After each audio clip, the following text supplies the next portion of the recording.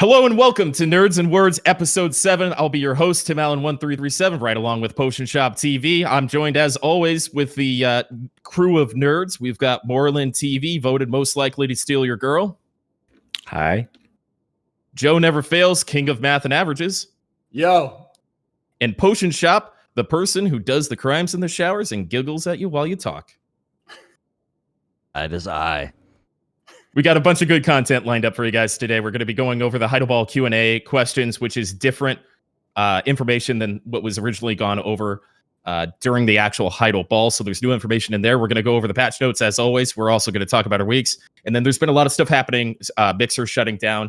Doc was recently banned. We don't know why. And then a bunch of harassment stuff going on in the gaming community. So we're going to touch on that stuff too. So again, as always, as we normally start, let's go on with our weeks. Moreland TV, if you'd like to get us started.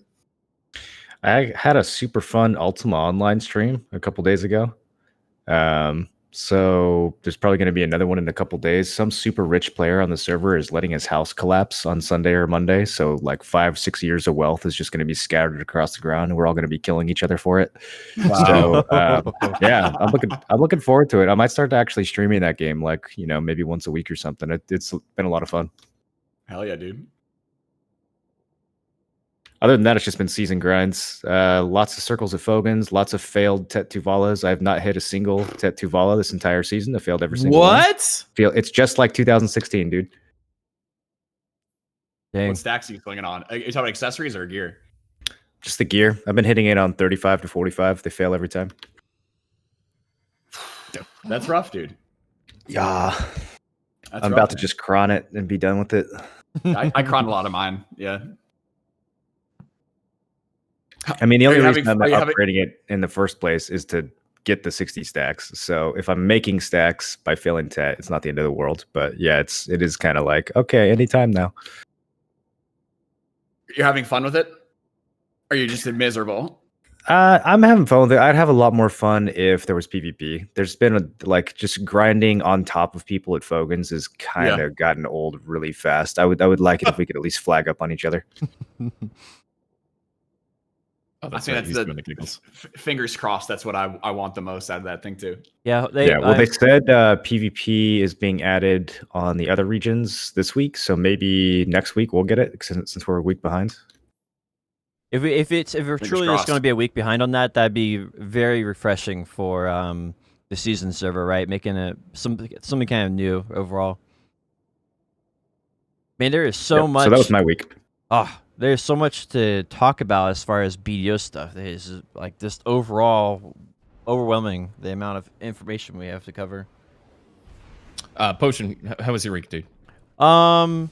Well, it started off pretty good, and then I ruined my sleep cycle because I tried making a YouTube video on Last Oasis. They released a new map. We're not going to have time to get into all that today, but it's kind of just more of the same. It doesn't really solve the core problem of like how PvP works. I think they're taking the game in a good direction, but I feel like it still has that pre-alpha vibe to it. And a lot of people are looking for, you know, like a beta or a full release vibe, right? They're looking for something kind of that's a little bit more polished, and so they're waiting for that. I think it's really good though, and so because of that, though, I messed my sleep cycle, and so like it has been complete and utter misery the last couple of days trying to fix my sleep. But other than that, like on a personal level, like if you just take the sleep and take that out of the equation, like I'm doing well. And we should be back on a regular stream cycle probably in like a day or two, so that'll be good. Good to hear it, man. Yep. How about you, Joe? Always battling the homeostasis of the world that we live in and the job that we have, the job that we do. This week was enjoyable for the content that I got in BDO, which was EU season. I got full pen armor and weapons, which is really awesome, plus Tet necklace, but I blew that up 3 times for pen. So I'm pushing 240 AP and 306 DP, which is nice. And it's good to like be done, but I'm doing things as inaccurately and as inappropriately as I possibly can because it's EU. And I don't want to deal with the struggle that Moreland's dealing with right now. I don't care how much it costs. I am like, the thing that I did was I liquidated some wealth of things that I've accomplished on my EU account with no value pack, and I bought double priced blacksmith crons. And that's dude, it's not. The mistakes were made, but I got it. You know what I mean? So like, I mean, you got it. Yeah. But did I? But at what cost? I was re-listening to the podcast, right? And I'm going. I was. Is it really that hard to get costumes on EU? Oh yeah. Yeah. Like, Dude, it's a whole different game. And believe it or not, like, I'm not the only guy who does that. Like, that is a thing. You know, like, it is tough to manage a value pack outside of every 14 days, and it's tough to get your hands on crons. So if you don't want your gear to slip, people spend it. You know what I mean? Like, that's just the way. So I wanted to see what it was like, and I 4-tapped my Awakening, I 2-tapped my main hand, and I 1-tapped my sub, and I was like, damn, this is gonna be easy, right? And then I 11-tapped my fucking glove with double price crons, and I was just like, this is a lot. It's not gonna be good. I would love to 11 tap one of my Tets this season. Yeah. That'd be Well, fantastic improvement. For Pen. Oh, yeah, I'm just talking about Tet. Oh, yeah, I know, dude. I can't believe you've been that unlucky, dude. Anyway, I finished Game of Thrones this week, and I started Westworld, which is like, bro, oh my God. It's so bad. Westworld is bad? I love it, man. I think Westworld is incredible. It's a really funky fucking like trip through a weird place. Game of Thrones 8 was bad. I made it through. I'm in season 2 right now. Season 2, like episode 4. I couldn't get through the first season. It was just so bad. It got so like predictably. I don't know how to describe it, but season 1 was. By the end of it, I was like, this. Westworld. Yeah, I don't agree with that at all. I think Westworld is really exciting. You predicted really season 1 of Westworld? Yeah, It was. I don't know what it was. It was a while ago. I just remember fucking hating it. I think it's amazing. I actually think Westworld is like the perfect TV show for me to be watching right now. I love that shit. I actually really enjoy it. I think they were like trying too hard. I think that's what it was. It just felt like they were trying too hard or something. Anyway, sorry. I'm emotional about Westworld. That's it. That's all I did. Yeah. Continuing to exercise, continuing to try to eat right, and like relaxing in my free time and focusing on positive streams in the meantime. Good. Sounds good. For me, personal life has been going very well, which has been an extremely nice change. So that's been very positive, and I think those vibes have been going through my streams and my daily life. And I finally I'm starting to jog probably 5 times a week, when I don't have my son, 4 or 5 times a week in the morning before I stream. So I'm going live about an hour later and, starting to take care of myself a little bit better. I also started behind my green screen is a full drink setup, like a bar basically. So anytime I make a drink on stream, I'm making content out of that, and I'm having a lot of fun with that. But within BDO, I think I grinded 7 or 8 bill last week, something like that. And I continue some pretty good and bad streaks of luck at Stars End, but I think I'm going to move over to Sakraya next, and I'm at 13 bill in my warehouse right now. I'm sorry, nice. 13.2. Yeah, so I'm very close to that Tet Distortion to get 2 pre-awaken AP brackets, and then 1 awaken bracket. And then we'll probably hit up a Pennuva right after that, since those are only like 14 bill. Yeah. That'll be easy. It's intoxicating to hit that level of income in the game. It's like everything else stops. It's like, holy shit, I just want to keep going and keep going and keep going. I saw you fall into that shit this week, dude. I'm doing 16-hour grind sessions, 12-hour grind sessions, 9-hour grind sessions. And I'm really connecting with it's just one thing's feeding another thing, and it's just going super well. My personal life's going really fucking well. I'm happy. I'm happy for the first time in quite some time. So, not to get too personal, but I'm happy that I'm happy. It's good. It's a good feeling. That's good, dude. Yeah. I'm happy. I hate it when other people are happy. That sounds like Marlon.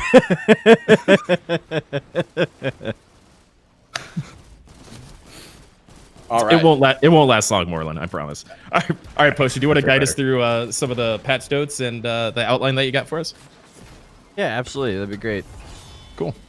All right, so we're starting off with Black Desert as normal. Black Desert has a lot of for me at least, unforesaw changes at least the very next week after season server. I don't really understand why we went from like feels like very little content, right, to literally feels like they dumped everything on us in 2 weeks, just about. So let me pull it up here. Have you been to the Otter and Papu Island yet? I went to it a long time ago. It is completely silly. So, anyways, the new they did the big. Like- I guess one like of the in a biggest dream content. or something. It means like on global, maybe. Yeah. On global. Oh, Yeah. okay. The Creo and Papu Island is kind of silly. Basically, there is a new island below Grana, and then a new island below Grana. You can actually go there, and then you get a adventure book that will take you to Creo and Papu Island. And it seems like the entire idea of this was basically to have a different type of gameplay loop outside of just the normal grind and wear and tear. You know, you don't have to have a good gear set. You can go in there as a brand new player or a veteran player and have something to do. And you gotta go there, and then after you complete the adventure book or some quest line, you can basically become a Creo or a Papu and then run around and kill crabs and participate in this great war. And I mean, it is the exact opposite of what BDO really needs. It's like, you know, BDO is like you think BDO as being the most action combat oriented game, and then they simplify the combat down to like a stick, and you get like basic attack, special attack, and then like there's like you have like 3 different subclasses you can pick. You have like one that does bubble attack, one that does like defense attack, and it is. Oh, it is There's so no dumb. movement skills. There's no way to dodge. Yeah. If a mob swings at you, you just get hit because you don't move fast enough to get out of the way, even if you predict it. Yep. It's the worst combat I've ever seen in a video game. Is this like the answer to the casual interest in this game, though? Are they trying No, to cater it's this not the to answer 100% to any casual? question that's ever been asked. Yeah. It doesn't. I don't We're know a very who the. specific. We're a very specific target audience, though. Like we're in a different All right, category I mean, than this. but You in know? my mind, right? Maybe you're targeting the Animal Crossing market, right? And maybe you're trying to target that. Those people would never play this ever, Well- right? It's not good enough. Their standards are higher. You know, it's not going to be good for new players or casual players. Like I don't know who would play it. That's what I'm saying. There's got to be a reason, though, right? Like there's got to be a reason why they wanted to put this in the game. So I know. I think Who's there it for? It feels to me like with so many other things in this game, someone at Pearl Abyss said, "Hey, we should make an uwu kawaii island where people can dress up as furries, and it'll be just like Shy, and it'll reach out to new players."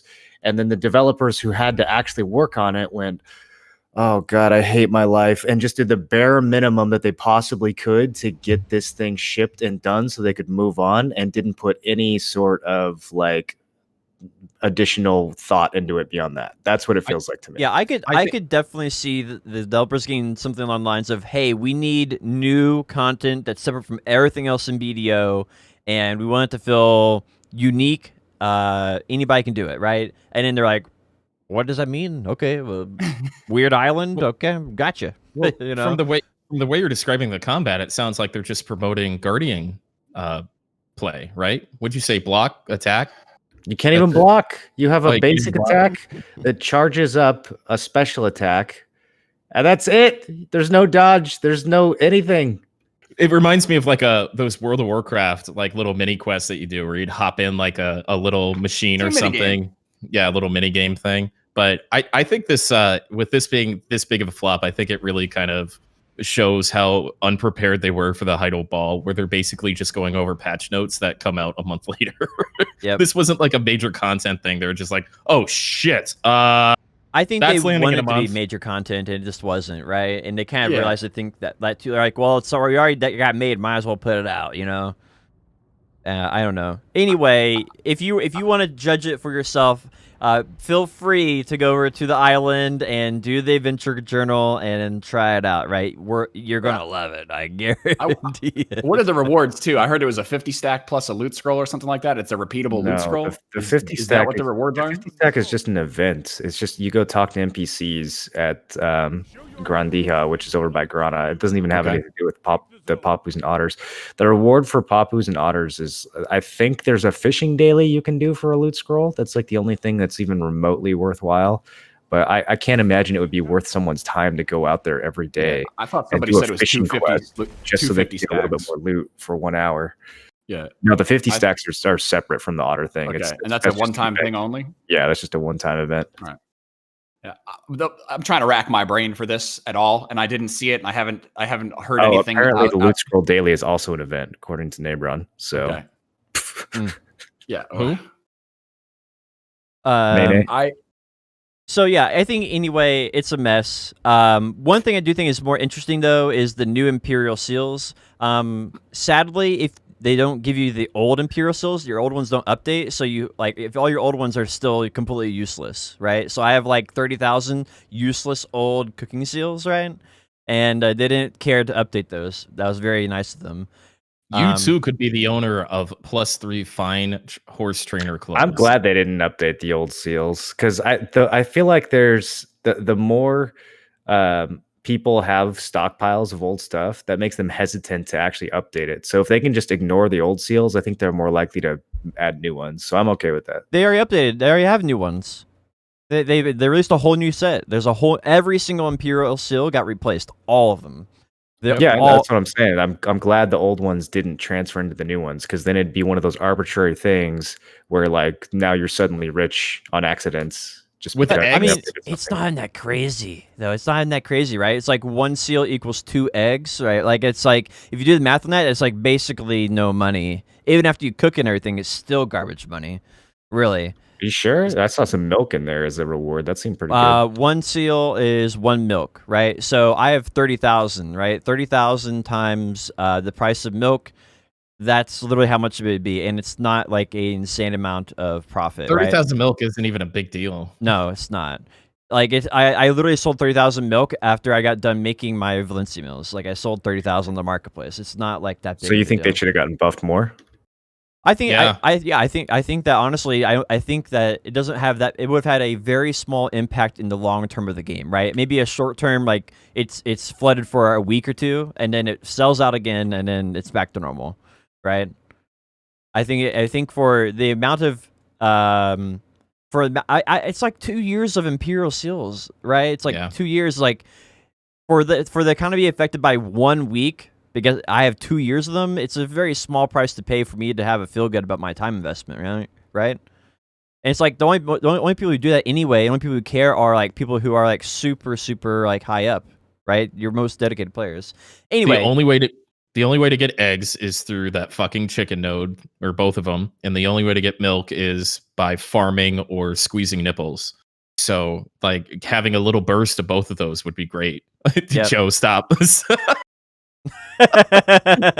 He's flirting with me. The cameras are a great addition. Yikes. I do think overall, though, that updating this Imperials, outside of me, my personal gripes, right? I think that's probably one of the best things that's happened to life skilling. I would say it's probably almost a bigger deal than actually the Manos update, right? Because it actually now doing these things give you like incentive to continue doing them, right? So if you do cooking, you get what you need, milk and eggs, right? You get these things, right? I think it's really good anyway. I think you're way off on that. You're way overstating. Manos changed the game for life skills to make it a viable money-making experience. We're talking about Manos, the 2 biggest changes in the game, period. We're talking about I'm squeezing less nipples and I'm buying less eggs because of this, and that's it. That's basically it. Can you explain what the old seals, what we do with old seals? Nothing changed that way, or are they useless? I don't get anything with my Imperial cooking seals or my Imperial fishing seals. You can turn them in for the same thing you've always been able to turn them into. Okay. And so right now, my advice is just turn them in for maybe some sunset wool or whatever that stuff is called, and then just cut your loss. It's about all you could really do. Can't you get like Cabillinus crystals or something? Yeah, I got a bunch of black essence or black, whatever they are for Kobe's. And I can't get any Kobe's because I'm not grinding the Banyan Monastery, and I've had pre-orders up for that for months, like 2 months at least.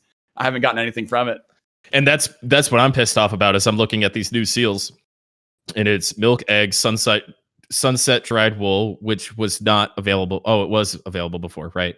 So that's Sunset was there. Spellbound toolbox, which is fucking useless. Black Essence Kobe, which is useless, always has been. Supreme cooking utensil for 500, not bad. And then 10,000 of these things is Manos cooking clothes, butcher knife, or tanning knife. 10,000 seals is a metric fuck ton. So I think it's a good change to the game, but it's just they're not respecting their veteran players yet again with this change. And I think it's a good change for the game. Just they don't care for the veteran players in this particular instance, right? I think they're worried about the overall impact. That's like if it was 1,000 instead of 10,000 for those monos. I think they're worried about the market crashing as a result of that. They seem to be very conservative lately when it comes to adding anything to the game that might have a permanent impact on the price of an item. Because in the past, it's been the opposite, right? They're just like, fuck it, this thing's all of a sudden worth 5 times more than it used to be. It seems like they're kind of gone in the opposite direction now, where they're like very, very slow to add anything that will affect the market. Well, the RNG box was a gross overstep, right? Like, I completely agree. But so they were way too far on the RNG box for the turn-ins. I can't agree with you because of the events, man. The events, we can get into the events. It's a good segue into the events. There's like 5 new events for all the new stuff coming out. We have like almost 15 events active right now. 15. And then how many of them are relevant though? They're all relevant to the economy. Almost every single one of them has a relevant impact on the economy. Okay, let's pick one out and show me which one is having a huge impact on the economy. All right, Oasis, right? It's been active nonstop for several months now, and that has a measurable impact on sharps, hards, memory fragments, all that on the marketplace, right? And then if you look at some of the other ones, right? I'm trying to think of them all. They have that's EXP, also being right? offset. Yeah, that's being offset by new players. Yeah, as much, or what's the argument there? So it's basically affecting sharps and hards. Otherwise, it'd be sold out right now, right? But because of Oasis event and other events, they're not sold out, right? I don't know about that. Sharps and hards haven't been sold out for a long time. Well, that's let me tell you a Oasis little story. Let me tell you a little story about my friend Blade Boquez, who taught the entire game to just hold on to shit when it's low priced and it'll come around just like everything else. I don't think that's the lesson. I think it's buy low and sell high. I think that's the better Blade Boquez message. It's right. Buy low and then wait 2 years and eventually something will happen. So and then make a YouTube video about it 6 months later. I think I hear where you're coming from, Potion, but whatever's happening, the balance of sharps and hards and memory frags is almost in an equilibrium. Like there's a lot of people that are buying sharps and hards and a lot of people that are buying memory frags right now for the type of shit that they're doing. Yeah. In whatever reason, they're not dumping and they're not going up in price. They're kind of just teetering around 1.8, 2 mil, like minimal fluctuations. So we've had a huge influx of new players, right? Yeah, the food economy is going up. Food's inflating. Have you seen Valencia meals? Valencia meals went up 5,000 from 27 to 33. 33K. Whoa! Look at it. Whoa! I don't know how y'all aren't paying attention to that. Shit, dude. Well, us real life killers make our own meals. Well, the reason they're going up is because there's a limit. You cannot buy the meats in the marketplace anymore because they removed high quality wine. The marketplace is finally caught up, right? Because there's less gatherers, and since there's less gatherers, now scorpion meat sold out 24/7, right? What's that one called? Really had that big of an impact on scorpion meat? Oh my god, dear me. Scorpion meat sold out. This is what's happened. It's just been slowly going up, and it's just been slowly catching up from that change that happened months ago, right? The economy's been slowly adjusting over a very, very long period of time, and now we have lion meat sold out, we have scorpion meat sold out. There's like 400,000 pre-orders, I think, on scorpion meat now. There's 50,000 orders on deer meat. Nope. Scorpion has always been sold out, but it's only around like 10,000 orders normally, right? And lion meat was always on the marketplace at a high price, sometimes between 12,000 and whatever 14,000, but it was always on the marketplace. You could always pre-order it. Now there's like a pre-orders up to 100,000 pre-orders for lion meat or something like that. So these things are becoming. You're not able to buy them anymore, right? You can't buy them anymore. So then people who are AFK cooking while they're working, right, to make a little extra jingle while they're working at home, right? They can't buy this anymore and craft them. And since they can't buy them and craft them anymore, the prices of Valencia meals are still starting to go up because people are buying those because they need to use them. So it's just Do a you- trickle down effect that's happening over a very, very long period of time. I've been watching it very closely because I made Obviously. a year worth of guru boxes. I made a whole year's worth of them, and I was, yeah. Wow. And so I intentionally was watching it back then to see what was going on, and I've been watching it ever since. And it's something that I've become aware of, that I'm actually starting to save resources for next year, because it might be sold out all the way into next year if they don't do anything right. So it's something I might need to be prepared for. And then eggs are a whole nother thing, but eggs will get solved when Orderlido comes out, because it's gonna be a new egg node. So You're an interesting guy. We also have an increased demand on Caphras, and not really any kind of similar increased demand on Monos gear. Like the black gems, other than that initial rush when Monos first came out, I feel like the longer we have Monos, the less demand there's going to be. Whereas Caphras, it's almost the opposite. People graduate into needing Caphras when they didn't before. And then you have Dead God armor, which also increases the demand. So people are they're not going to be gathering meat when Caphras are maxed out and black gems are tanking. well, I mean, in Gathering is not the best money in the game anymore. Like, it was for a very short window when everybody was complaining about it. But everybody knows that Stars In is the best money in the game, right? Hands down. It's better than everything, Sangria. right? And it requires a little bit more gear investment, but it's also more fun because, is killing monsters more fun, or going around in circles at lions, right? And buying pay-to-win energy pots. I just got off a 17-hour drought of no disto earrings, so let's not talk about Stars In being fun, please. Wait, you said you got What's your average? 6. What's your average? What's your average overall? The grind sheet that I use every single day, Borland, tells me that I get 0.2296 drops per hour for You get disto earrings. 0.2296 per hour. About 1 every 4 hours in change. 1 every 4 hours in Good change. to know on that average. data. It's really good. How much trash per hour do you get? Let me pull it up real quick. 1 sec. So you get one every little bit less than 1 every 5 hours. So this is, I've got 27 for. I've got about rabbit hole. I've got about 30 something hours Stars In grinded, and with Agris, this is using all my Agris every single day. Mostly mountain rotation, blue loot scroll. My average trash per hour is 4246, 4,246.13 trash per hour.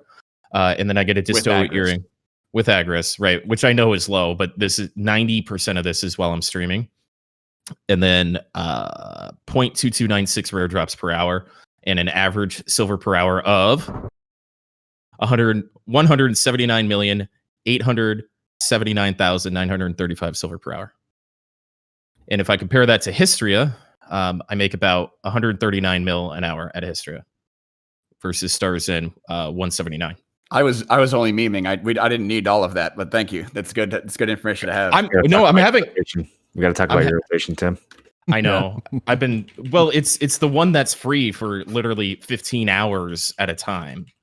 So I don't have to fight for it. And so my trash per hour is probably a little lower than it should be, but also I don't have to fight for it very often. So I don't know. I'm having so much fun entering this data and tracking it and stuff. I really am. I think one of the biggest things overall to discuss and to understand is that there is a new population of players that are playing, and the things that they need are different than the things that we've got ready for them. And the habits of players have also changed quite a bit. So there's a lot of like move and shake of what things are new and what people need. And it's not like the traditional stuff that we've been paying attention to over the last couple of months. And there, even more consistently, there's going to be a huge a level of player that's completely skipping all blue accessories and going straight to soft cap. That's going to be the next 90 days. So even in the next 90 days, there's going to be a lot of players that are like starting to like being aware and being conscious of how you're going to get your Caphras, how you're going to map that out. If you're going for gear, you're going to save up on your own. Like, I think those are the good discussions to be having if you're diving to get into BDO, and how you're going to adjust potion, and how you're going to adjust Tim, because your habits are going to be very different based off of whether you're getting your Caphras on your own, and nobody's going to be able to avoid getting Caphras. So it's like, how are you going to get them yourself? What's that going to look like in your habits?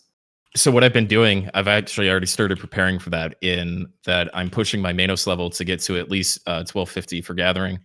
And I made a Tet Manos axe about 2 or 3 weeks ago. So if I have to self-supply, move over to wood, I'm ready to get my own Caphras. And I wanted to bring this up a little bit earlier.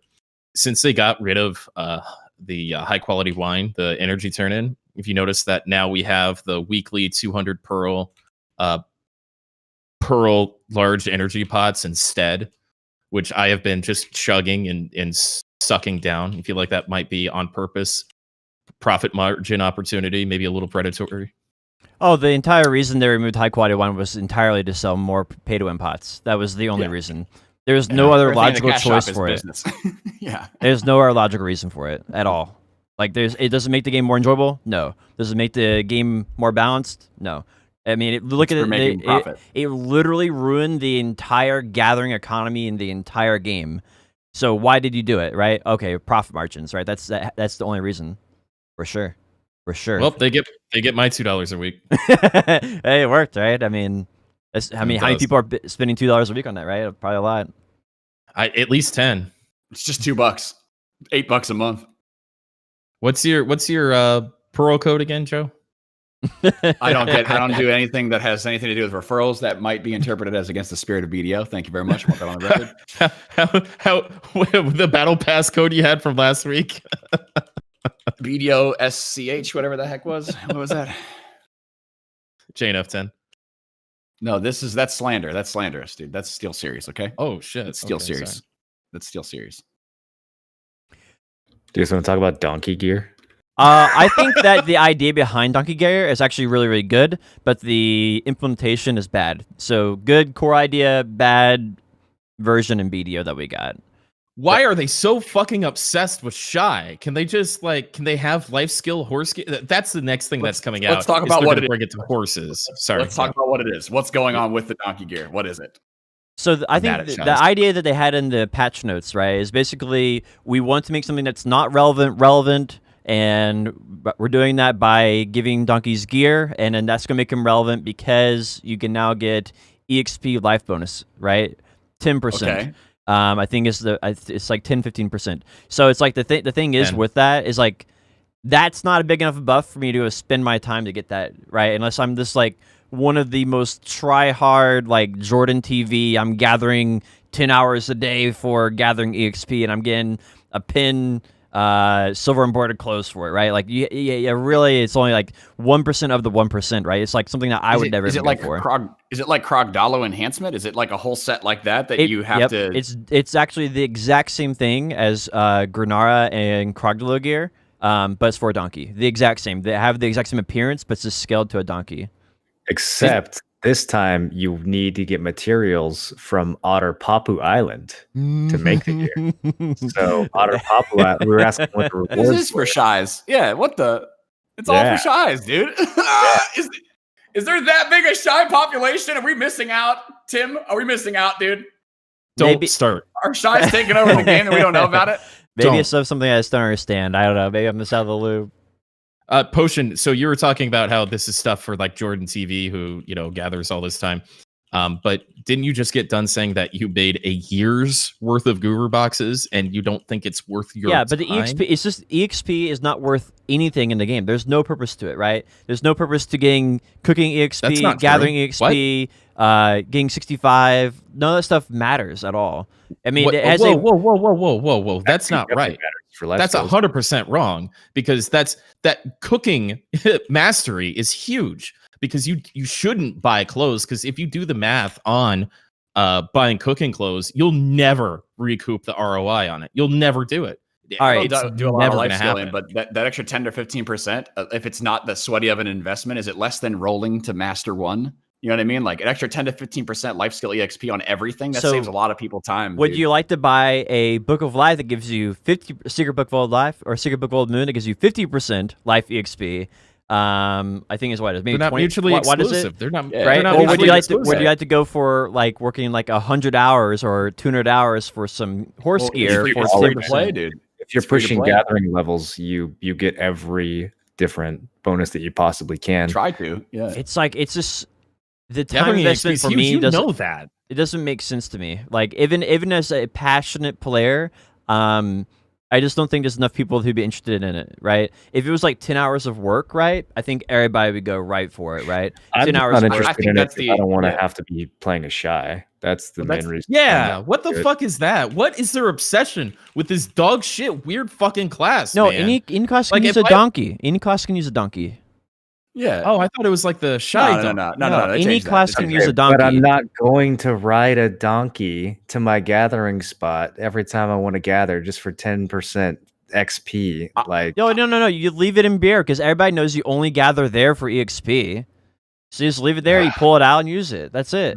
If you really if think you're that's how they're cooking in a designing town, yeah. They don't know where people are gathering. They just think that they added donkey gear for more uwu RP content. Like, I think that they're forcing people into the Papa Creo thing. I think they're saying life skillers, if you want this thing, you got to do this for Papa Creo. Go ahead. I think, PvPers or grinders, if you want a loot scroll, go do this result. Like, they're forcing people to check out Papa Creo, at least test it, and then go along with their lives. I don't understand why, but it looks like that's the reason. They're trying to direct people in that direction. I just don't think. All right, so it's sort of like it has to be worth the time investment for EXP, right?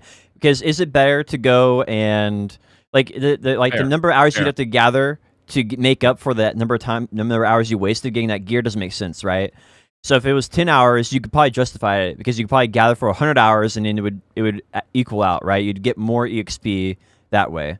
But you'd have to gather for like 1,000 hours, and even then, you probably wouldn't break out. It'd probably be like 2,000 hours of gathering. Make donkey gear? What if you're thinking about this overall though? Like, brand new player, no life skills whatsoever, playing shy, Papa Creo, do the bullshit, whatever. How much time does that save you rolling into Master 1? How much time does that save you cooking to Guru 1? How much time does that save you gathering to Guru 1? Wait, what do you have to gather? Players. What do you have to gather for 1,000 hours? None of this stuff looks that hard. All right, What's so the bottleneck? return on investment, right? So, like, all right, is it better? How long would it take you to make up that for that 200 hours you spent, right, in a 10% EXP bonus, right? And so, if that time frame is like 1,000 hours, you're never going to earn back that time. It would be better just to gather EXP and not go for the EXP item, right? I understand what he's saying. It's the same argument that I use with the infinite potion. I have to use 30,000 potions a day for 3 years to make up a 100-hour grind with loot scrolls for it to be worth me getting the infinite potion. Like, I understand that. It's not Does an it take argument. that It's long though? return on Is that investment, is that how long does it take to get this gear? Like, is it that sweaty to get donkey gear, dude? I think it takes long enough where it's prohibitive, right? It's something that something that you would only do if you have nothing else to do, right? You're just like you're bored, right? That's the same reason why you go for the potion, right? You're bored of everything else. You have nothing else to do. Then you go for the potion because you need something to do in the game because you're just kind of bored, right? I don't know how long it takes. I wouldn't be able to comment on it. If I was making a year's According to worth of chat, boxes, I would go make that horse gear right now. What does chat say for time? According to chat, it's actually several months of dailies, and we're talking Otter Papu dailies. That's Yeah. where you What? get ones, right? What? Okay. Yeah, I thought it was a lot. I didn't do the math Yeah, on it, but I looked at the realized- basics and it was like insane. He's right, dude. He's right. Okay, Fuck it, all right. that's not worth Fuck that, it. No yeah. way. Dude, that could have 1,000% life skill bonus on it, and I still wouldn't do it. Should we just restart the podcast so we don't sound like fucking stupid? That's what I'm trying to figure out. Take 4, guys. The man's got a reason to say the shit he's trying to say, man. Fuck. Hello and welcome to episode 7 of Nerds and Words. I'll be your host. I mean, it's not 1,000 Months. hours. It's just like the fact that you have to do Otter Papu Jesus. content for months at a time, even if it's only 5 minutes a day. It just The reward should be much greater than that. It should be 100%. Yeah. Life skill bonus if it takes months. Go to that fucking island ever for anything. No, yeah, thank that's not you. worth 10%. Oh boy. Also, Ooh. on topic, I learned that 200 Pearl weekly thing, the life skill scrolls that they give you were not 50% scrolls, they're 10% scrolls. So I was really excited. I was stacking all these 50% life skill scrolls, and they're 10%. And I'm pretty fucking pissed. So I wrote a very strongly worded letter to my favorite lead GM, but I don't know if it'll ever be responded to. I'm sure they'll get right on that. Yeah. They have a very busy schedule, Tim, so please be understanding. Yeah, I've been I understanding. had a ticket that was answered this week. It's great. I've had one open. I tapped something that had Kaffers in it, and I lost 1,000 Kaffers. It's been open for 7 weeks. This is how you get tickets answered. Potion Shop did not tell you guys this, chat. Every day you go in there and you put K. You just put K and you hit send, and you just do that every single day until they respond. Yeah, you keep All replying right. every day. Yep. All right. Thank you. Yep, and they will 100% be on that shit. There's about 1,000 people that are opening up their Black Desert Online right now. That was not a good message to send. Oh, is that how you do it? Oh, is that how you do it? Next week on episode 8, 3 out of the 4 of us are no longer BDO partners. Who is it this week? Tune in next time. All right, So so we got- some of the new events, yeah. quick gloss over on these. They have 2 new events that are about logging rewards. One is like some Creo-related hoe you get, and you can go down and gather pearl items, like a giant pearl or something. That's an event. And then You gather cronstones. yeah, you get 5 cronstones for several minutes of work. So that's definitely worth my time. And then the the other one is I forget what's their one. I'll do question mark instead of K so they don't think it came from you. I appreciate that. Gotta keep myself anonymized there. All right, so yeah, they have another challenge event, and then they have login rewards. So they have, I think, 3 login rewards, 4 if you're a new player, returning player. And then we also have the challenge rewards for the coins right now, right? Fugar's Black Pearls. Yeah. Those black pearls are nice. Those are nice little bonus. They're really good. They're nice. So I was Andy- worried that like, super casual players weren't going to have another avenue to get season mats, and this event came out, and I was like, you really got to not play very hard or have really, really bad luck to not really progress. I feel like through they really need to season. rename these events and not call them events anymore because they happen so often that they're not significant anymore, right? They need to call them the weekly daily because they're all dailies. You log in for the day or so do people a get daily excited quest. for events, whether they should or not, for whatever reason. I like that there are a lot of events very specific to different types of gameplay as well. It's not just like one event that's broad. You either grind or you don't grind. You life skill or you don't life skill or whatever. Like there's stuff for seasons. There's stuff for Papa Creo. There's stuff for this. Like there's a lot of little events going on. I don't know if that's better or worse, but it looks like they're trying to spread the love a little bit. Can I do just a little sidebar about seasons real quick? Just real quick. Sure. Since all these events are coming out. Somebody in chat after the last podcast we did, or just in the week, said that it seemed unprofessional and I seemed unprepared to the conversation last week because I'm not participating in seasons. And to me, it's just I'm focused on different things. It was fair feedback. It was an interesting discussion, and I didn't disagree with him. But I'm wondering if you guys, not as a content creator necessarily, I'd like to try to keep the conversation more focused on as a gamer. Do you guys regret the time that you've spent into seasons, or did you have enough fun, reward, and fulfillment out of it where, if you had the knowledge that you have now, would you still do it over again? Or do you wish you pulled a Tim Allen and have a level 19 season character and just kind of grazed over it? The last thing I want to do is pull a Tim Allen. Just want to get the record straight on that one. God, you are Toxic, bro. I Toxic. think- You're promoting toxic. I want to be that on the communities. record first and Oh foremost. my gosh. How can I live with you so toxic? Oh man. Dude, the thing is, everyone's choice is their choice. So it's like, if you want to participate in the content, you can participate in it. There's no right or wrong. If you want to grind, you can grind. I like seasons because I want to play season PvP. Like that's the whole point. okay. About like an end game, get the gear, fight people, go. So you It's not didn't mathematically right. You didn't wish that you didn't do it. You're happy with. And I think you doing it with the EU thing is perfect. I'm trying to do the best I possibly can with it, dude. Like it's to show new players how to get in, answer the questions, make it as fun as possible, focus on it. It's not for me.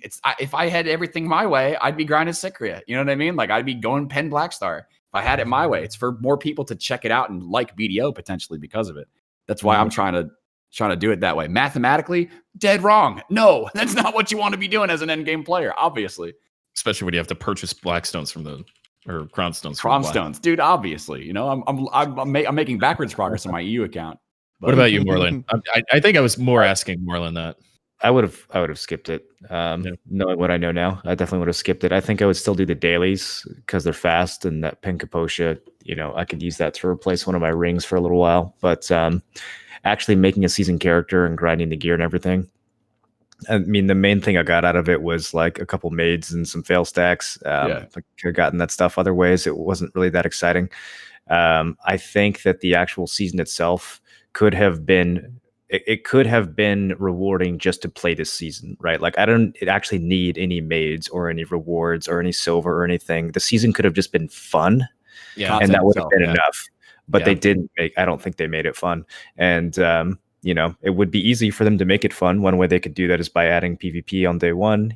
You know, another way that they could do that is by not requiring you to do the main quest and giving you other tasks, other things to do in the game. You know, make it feel like you're actually progressing. Don't start everyone off with 1,000 Blackstones so that they skip 80% of their progression. Like, you know, make it feel like an actual fresh start. Give us some PvP. Give us some competition for those of us who want it. Yeah. PvEers can still stay on the PvE channel if they really want to, I guess. I think that ruins the game. But yeah, I think there's some things they could have done that would have made the season actually fun. I kind of wish now that I had just skipped it, waited for the next season, and hoped for them to do better. But I do think like people were expecting to see it for the stream, so I did it, and now I know what it's like. And now I have feedback for them, whether they're going to listen or not. I don't know. But yeah, I mean, there's only so much like Fogan grinding on top of 13 other people that you can tolerate in this game before it's just like, what the fuck am I doing? That's why I made the bad decisions that I did to get through it and get done so I can get back to my normal grind. But again, like this is also feedback from players that have been playing for 3 to 4 years that are looking for a very specific thing for it to be for them. There are new players that have no basis. They have a zero jaded opinion of this video game, and this is their first experience. So that's a very different thing when somebody who's I'm really curious, potentially could be brand new, like watching Moreland saying this thing sucks. I never would have participated in it. Well, I don't want to go play it. You know what I mean? Well, I'm really curious how many new players are actually jumping into it. I'm really curious about that. So I'm in a position now where I rolled a Succession Valkyrie thinking, oh, you know, after the season, I have a sword and shield on my warrior. I can use those to play Suck Valk and not lose any gear score. So now I'm actually enjoying the Succession Valkyrie, but because of the way seasons are designed, I can't use that character for anything meaningful for another 2.5 months. Yeah. So I wish I had just made a regular Succession Valkyrie that was non-season. And then any season task, I should have just done like an Awakened Musa, something that's good at farming Fogans, and you know, not even bothered trying a new class. I should have just picked the fastest dashy class that in the game, and then made a non-season character for the alt that I actually wanted to play. Hot take though, is that your fault or the game's fault? I mean, a little bit of both, I guess. I think that like I think that the progression in seasons could have been built, like I said, in a way where I could have had a month or 2 or even 3 months where I was working on things and it felt like I was progressing. The way they have seasons set up right now, you basically get all your shit to duo or try super easily. There's no sense of progress whatsoever. You're skipping the first 15 levels essentially because of how easy it is. And then you hit a wall where you spend all your time either sitting in town, fail stacking, or you have to spend cronstones. That's not good progression. It's not fun. They could have made it so that I played the Succession Valkyrie for 3 months and I didn't feel the need to bring in my mains gear and go to Star's End. Like it would have actually been fun to go around grinding Fogans or Pirates. Like, why isn't Pirates involved? You know what I mean? There's like so many little things they could have done to make the season actually fun and actually last 2 to 3 months. Instead, I feel burned out after a week. I wish I could just go back to the normal servers. And I don't think that's my fault. I think that is the game's fault.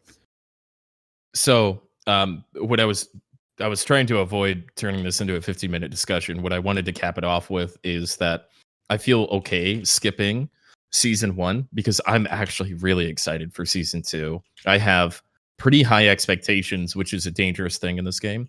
But I think that they know that nobody wants to quest. I think that there's been an overwhelming response that we'll be able to get back to Jaehee to make season 2 fun or interesting, or at least, you know, rewarding to progress in, instead of go, hey, do this content that we made and we want to see you do it because we spent time on it, so here's rewards. You know, that's getting old. We want content, not fail stacks. I think that the comment that was made in your chat was just basically along the lines of they wanted you to have valid opinion before commenting on it. Then that it wasn't insulting your intelligence on what you decided to participate or not. I think it was just like, yo, if you haven't, I know that. I'm not talking about that. I'm not talking about that. I thought that was fair feedback and I internalized that, but it also made me think, If you guys, I wanted to really ask Moreland, because I know what your answer was going to be, Joe. I wanted to ask Moreland if, looking you back wanted at it. you wanted the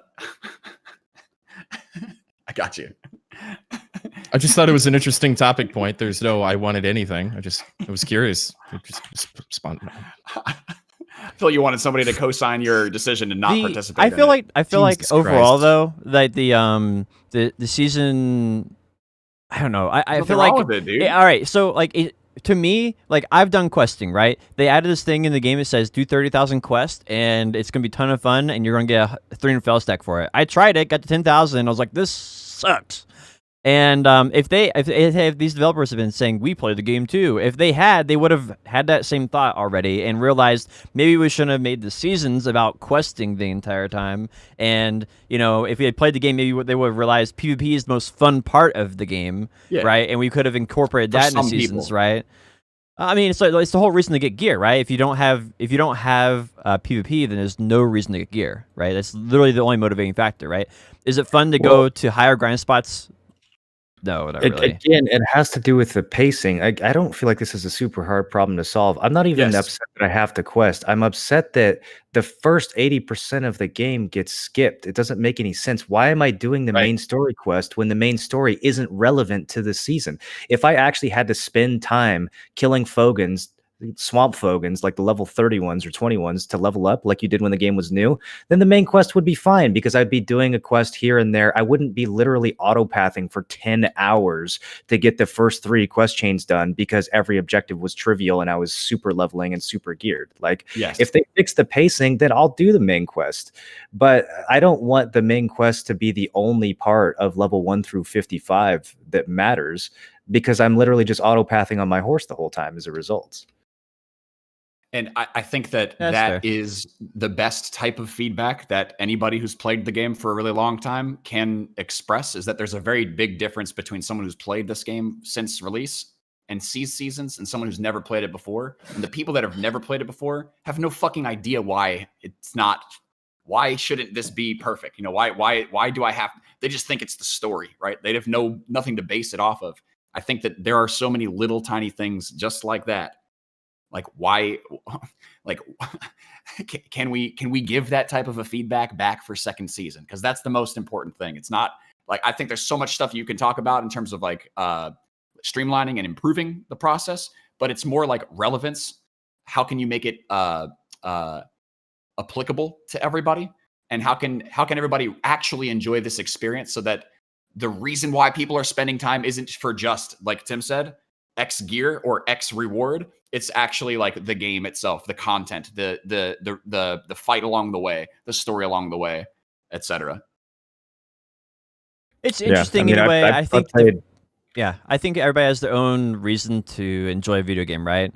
And I think right now the seasons don't do a good job of answering very many of those. And I think expanding the diversity of ways people can enjoy it is something that they need to focus on in the future, right? It's a 90-day event to catch people up for new players. That's what I see it as. It's a 90-day event for people to get into this game faster and better than they've done in the past, but it does bastardize the story. It still puts you in a place where you're grinding forever and you're enhancing at a rate, So I'm interested for them. I'm interested for them to start focusing on content that's a little bit more focused on retaining their player base versus casting a wider and wider net to bring more people in. It seems like so much of these events and content is catch-up mechanics, streamlining this, all this kind of stuff. Really mostly catch-up mechanics. And it'd be nice to see kind of a redoubling of focus of real deep, high-end content to keep veteran players or even newer players that are entrenched in the game interested. And I feel like they don't do a good job of that through the week-to-week patch notes. It's how do we get more when their servers can't even handle more to begin with. That's true. I would really love to see them take this focus away from let's see how many people we can get the fish hook in their mouth and really start getting some depth into the game through the events and the new content being released. And maybe it's just Odalita, and we get a new class or a new territory every once in a while. But it'd be nice to see kind of some depth. I hear that and I get it. It's just that you can't have continued development for anything if you don't have new players coming in and spending the money. So there has to be something that draws new money.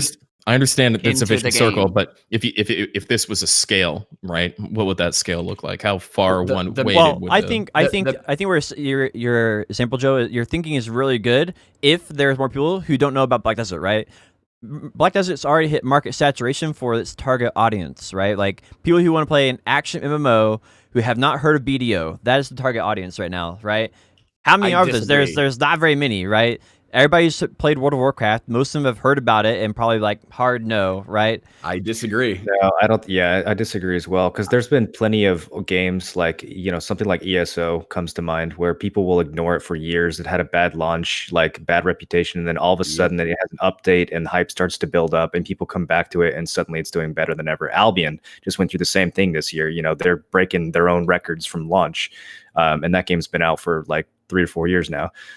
So I definitely think that just because people know about the game doesn't mean that they can't still be brought into it years later if there's the right, I think this is, and I'm going to go out on a limb here a little bit. This is kind of a systemic Pearl Abyss issue, right? Where we're all, or most of us are doing the Shadow Arena event. And there was a huge YouTuber yesterday, and I had fun killing you, Kuno to Kuno, yesterday, Moreland. But that game has what'd you say? It's just grace period. Calm down. it was still fun. And the game's fun, but I think it's interesting that they're drawing so many people in when there's like the desync issue is big. It's big, right? And so that's the depth of the game that needs to be focused on. But again, they're focused on how many people can we bring in. And in a game like that, obviously having warm bodies play is a huge part of an issue, but it just seems top to bottom all the way through. 90% of BDO, Shadow Arena, all this company's focus is just bring more in, just bring more in, just bring more in. When there's like some pretty cool low hanging fruit that we could snatch up and fix and make this game. So I want to take Moreland's example, right? Moreland's example of Albion Online, right? Why are people hyped up for Albion Online, right? Why are they coming back to the game? Why are they interested in it? And the answer is pretty straightforward, right? The core audience. The game got better for the core audience. The core audience went out and said, hey, I'm having fun. This is actually a blast. I am a big fan. You should be a big fan too. And this is why. And these are the 5 things that they did that helped me enjoy the game more. And people are like, oh, that sounds great. So the question is, right, all 4 of us are core players. What have they done for us as BDO core players that make us want to go out and say, hey, I'm having fun because of these 5 reasons. And you should know about them, and this is why you should check it out, right? They're not doing any of that. They're not doing any of that for the core player, right? They're only doing it for new players. They had a donkey gear. I disagree. Also, I think Central Market, Blackstar, removing the weight of silver, stackable items. Like there's a lot. Weight of of silver was a year ago, so you got to pick another one. I don't have to pick another one. That's still a thing that addresses core players, like maybe not recently. I would argue that's actually a bad thing for the game, but we'll give you that one. Whoa. So I think that there's a lot of stuff that they've done to make core players enjoy this game, and there's things that address it, but the game hasn't fundamentally changed in reality. And they're not. You said Blackstar?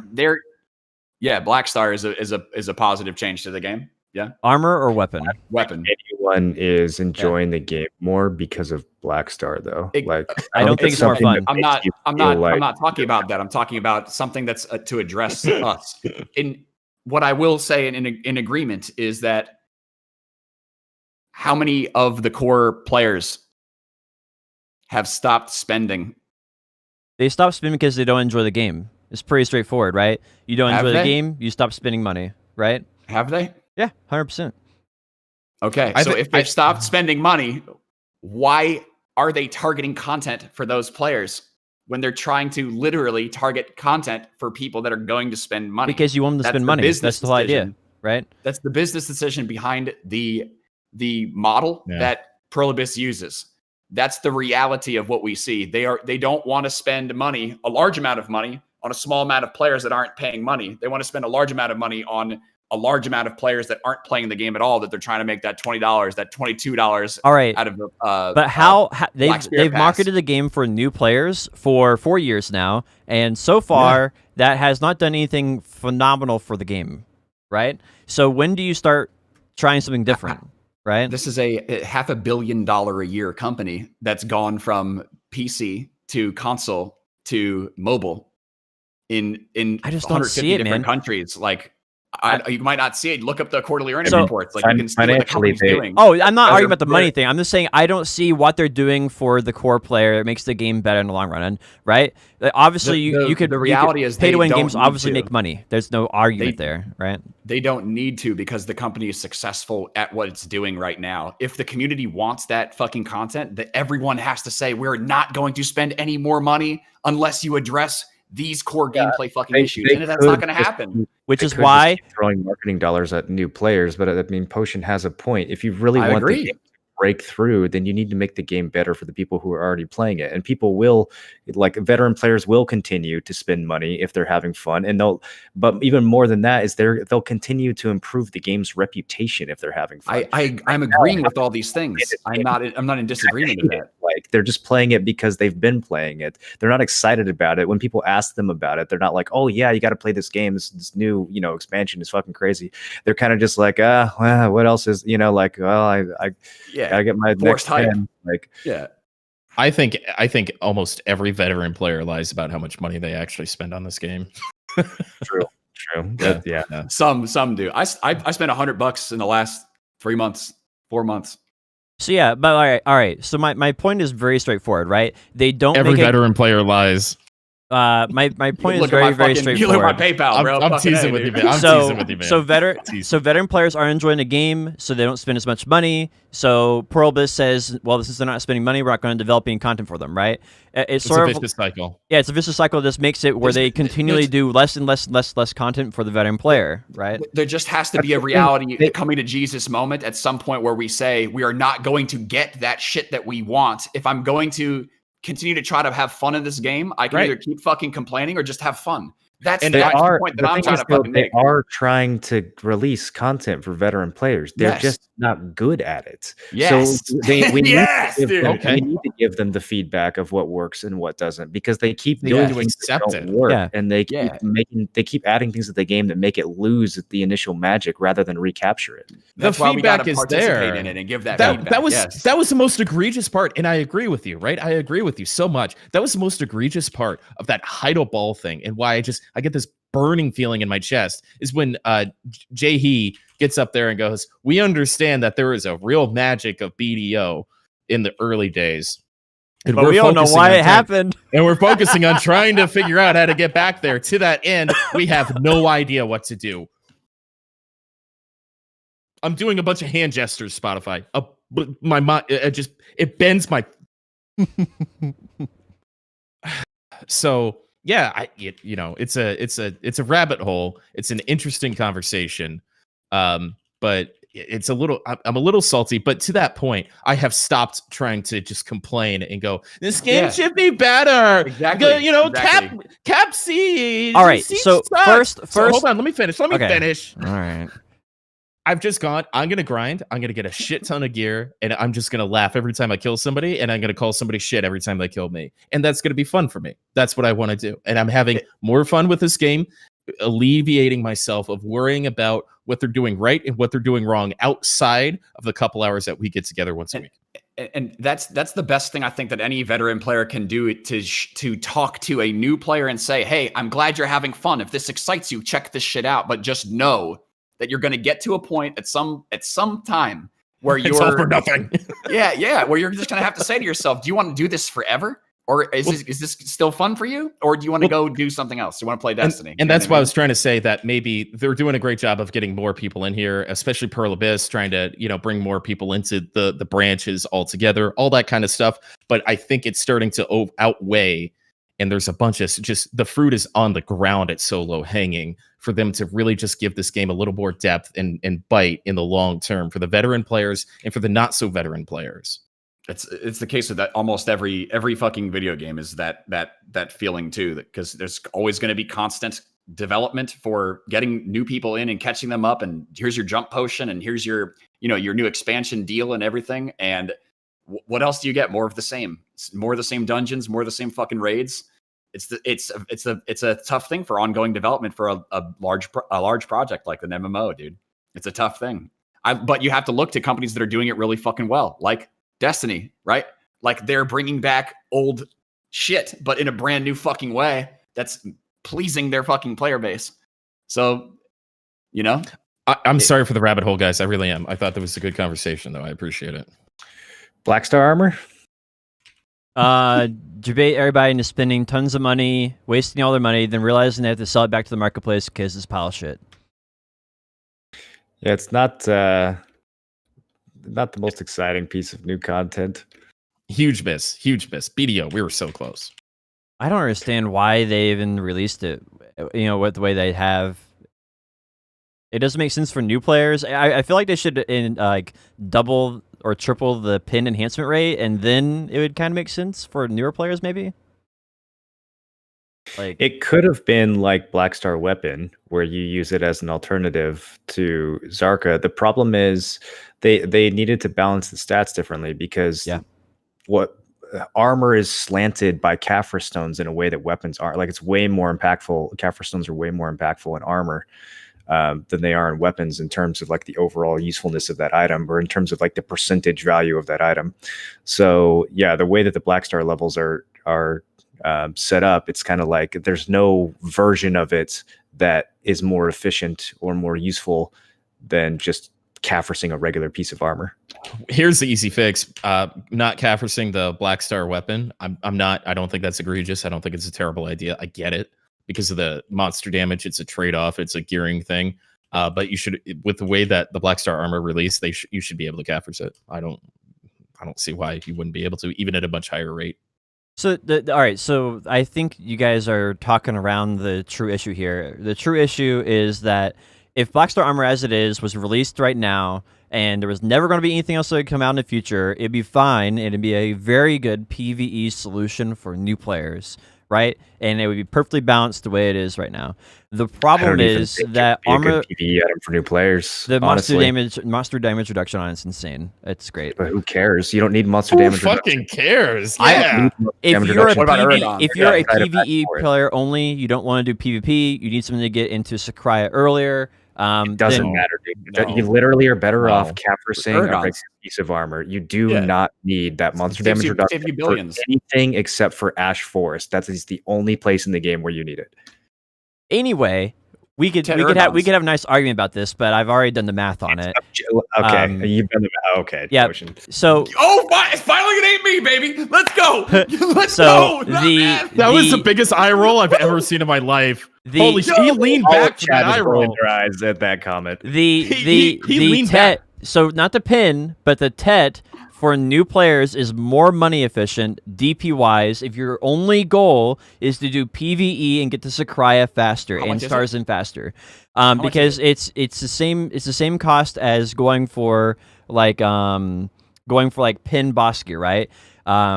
And so it's a cheaper option for the stats in that one situation, right? You're talking about 15, 16 bill for a TET Blackstar armor? Yeah. So and so that is a cheaper way to get the stats for you as a new player, so you don't have to invest in all the Kaphras, which are becoming harder and harder and harder to get. But the problem is that that's not where the end game lies, right? There's Armor of the Dead God, which is a step above everything else, right? And then that's what everybody's true goal is, to get there, because that's basically like combining Blackstar armor and like Dimtree armor or Red Nose armor together, smash them together, and then you get the HP of Dimtree, the HP regen of Red Nose, you get the damage reduction of Blackstar armor, and you get all of that in a brand new armor piece, right? So because of that, the best thing for people to do right now is to take the most efficient path to Armor of the Dead God, right? Which is skipping Blackstar armor entirely. Right? That is why Blackstar armor is not good. It's not because the stats on it are so egregiously misbalanced. It's because that there's a new Well, armor it's that piece coming too, out but with Orlito in it's- like a it's month or definitely two. both. That's It's going to make both. it completely invalidated. Also, a month or two, please. I'll take that bet. I think it's coming out with New World, so When I'm is guessing Shadowlands August. coming out? Yeah, I'm going with Shadowlands too. You think Shadowlands? What is it? Month after that, so is that October? Is that What right? month is it? Is it almost August? It's July. Oh, it's July. It's almost July. Okay. Yeah. I'm sorry. COVID moment. Jesus. Damn. It's hard to keep track of things when you don't leave the house. It really very often. is. Yeah. So anyway, what is the stat breakdown of a Tet armor in comparison to like a Pen boss armor? So the DR on the new boss gear, the Black Star armor at Tet, I'll pull it up right now so I can tell you the exact number. Somebody in chat said it maxed out at 8 bill, not 15. I don't think we've seen the max prices on any of those yet, have we? They're going to take probably a couple weeks to max out. I mean, we have the initial prices right now that don't make any sense. So you're not nobody's going to be selling that at those prices. Yeah. I'm trying to figure out where and how, even if it's 8 billion to 16 billion, as opposed to going for a Tet Uragons, Tet Begs, C3, Tet Narcs.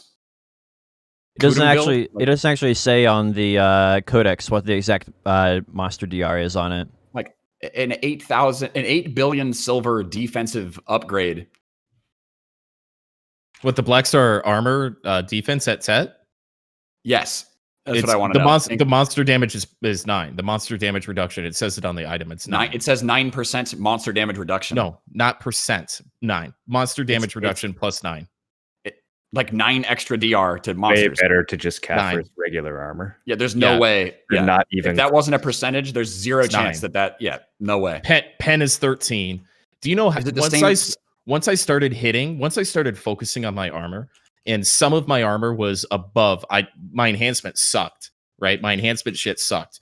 But when I was focusing on armor and grinding and Kafras and all that stuff, my DP went from like 331 to fucking 351 in no time whatsoever. And I can't imagine wasting time, money, effort, or even thought on this Black Star armor. It makes no sense. It fits nowhere, and I wholeheartedly disagree with you on it fitting anywhere in this meta or any meta, PvE or PvP. I think that conversation is secondary. The real juice is the fact that it will become completely obsolete by Dead God. Yeah, is the bigger point. It's already obsolete. I would agree with that. I think that if you're looking at what 8 billion silver buys you in Kafris, it's switching from Tungrads to Narcs alone, that's 8 DR right there. Unless this monster damage DR is a completely different scale than normal DR and DP, and it's something I don't understand, that's another situation altogether. But but even if it is, my problem with it is that even if it is some special stats that gives you more DR than normal, where you don't need that at Sakraya. You can just throw Kafir stones into your Tets and maybe have one pin piece and you'll be fine. You don't need that much DP to stay alive at Sakraya. It's not that hard. Ash Forest is the only hard PvE in this game. Correct. You have more than enough DP for Abandoned Monastery and for Sikria and Star's End with Tet armors, C3 Kafris, and Tet Narcs. And a Kudum, right? Like there's other ways to do it that are way, way more cost efficient. Nowhere near. All right, so you have to understand that the DR is the DR is extremely. So I will say there's more efficient ways of doing it, right? A good example of that would be the Dark Fang crystals. Dark Fang crystals that go in your chest. That's 14 you DR. You in your chest. Yeah, with the HP and the DR. Not those. The Dark Fang crystals that you get from Blood Wolves. You do Dark Fangs in your gloves, is what you're saying? No, you get them in your 7 chest. DR in your chest? Yeah. You can use Kobe's for the extra HP. Instead of the HP doesn't matter. In this game, you don't need any of this stuff. It's all right. Listen. Let me finish. I'd rather take 10 DR plus 200 HP over 17 DR though. That's because you don't know how DR works, Joe. You'd rather have 4 DR than a 200 HP? I would rather have the DR if I'm trying to survive. Yes. Hey, look, Vert's in my game. I didn't know Vert played. I didn't know Vert played Potion's Destiny. been playing Destiny this whole time. Yeah. Vert's in my game.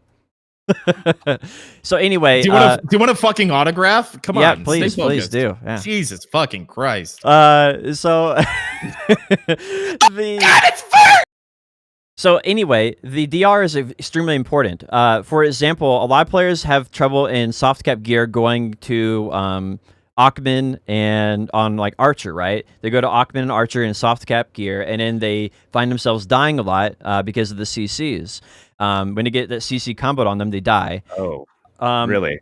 So anyway, one of the solutions to this is adding the Dark Fang crystals to your chest piece, right? It's 14 DR, and that is enough to make it where you have no more problems with dying anymore. Doesn't sound like a lot, but that 14 DR is fairly significant when it comes to the PvE grind. And so I think I do think that DR should probably be buffed on the Black Star armor. I do think that it's a significant amount of DR that players are able to acquire. How much is a Dark Fang crystal potion? 7 apiece, so 14 for 2. 7 mil? Oh, they're like 35 mil apiece. 35 mil apiece. So How much is a Bond Kobe? A soft cap player should somehow pull billions of extra silver out of their ass so that they don't die in Ackman?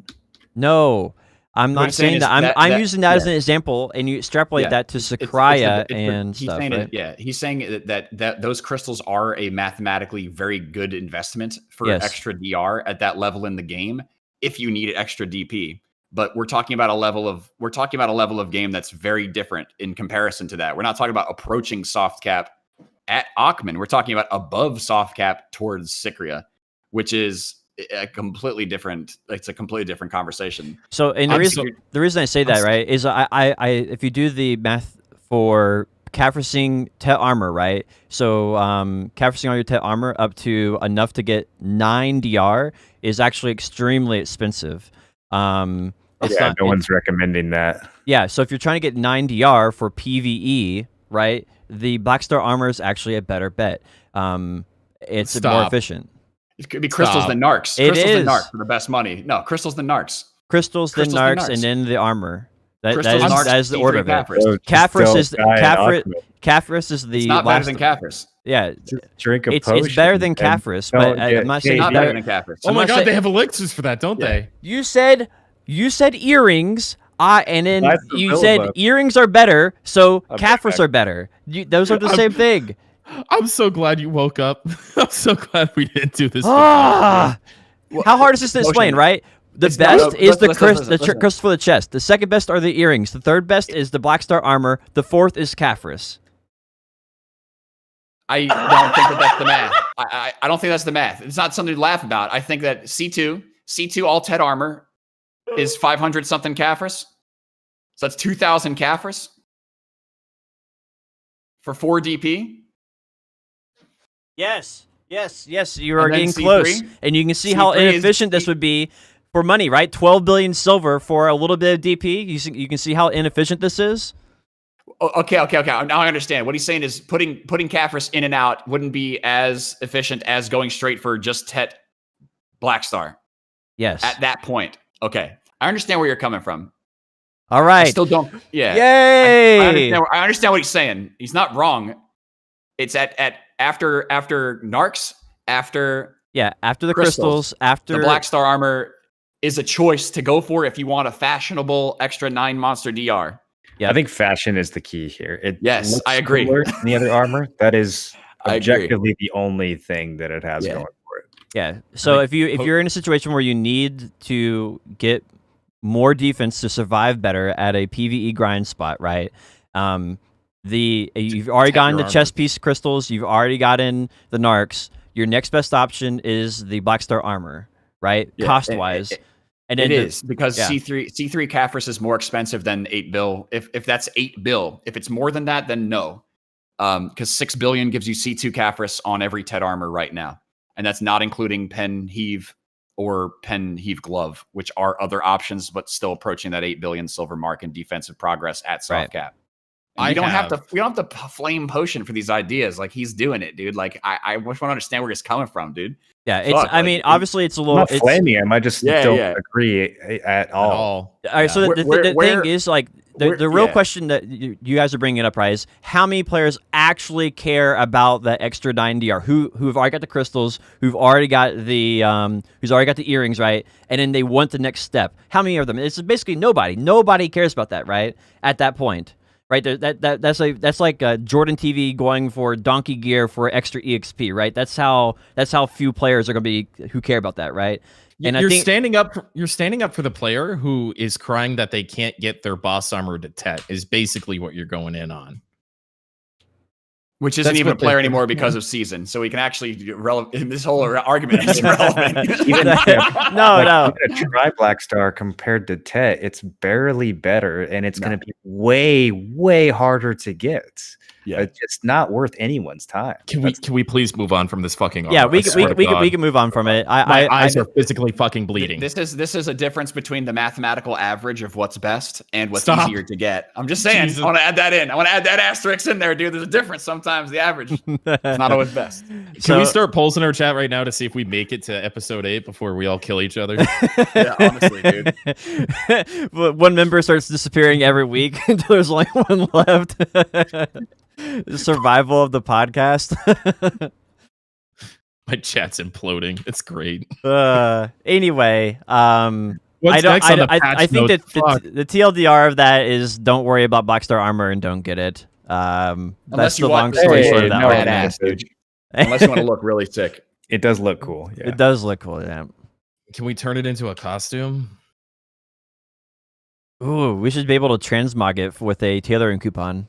If only there was in general. If only there was a task force for costumes, then oh maybe my god! Oh my would be a group of people we could. What happened to that, man? Great ideas. Task force update. Wait, I actually have a fashion question because on the patch notes they show the full suit of Blackstar armor, but it's just the chest, right? Does it actually cover your whole body? All right. So they all armor. When they announced it in December, they announced all Blackstar armor coming out.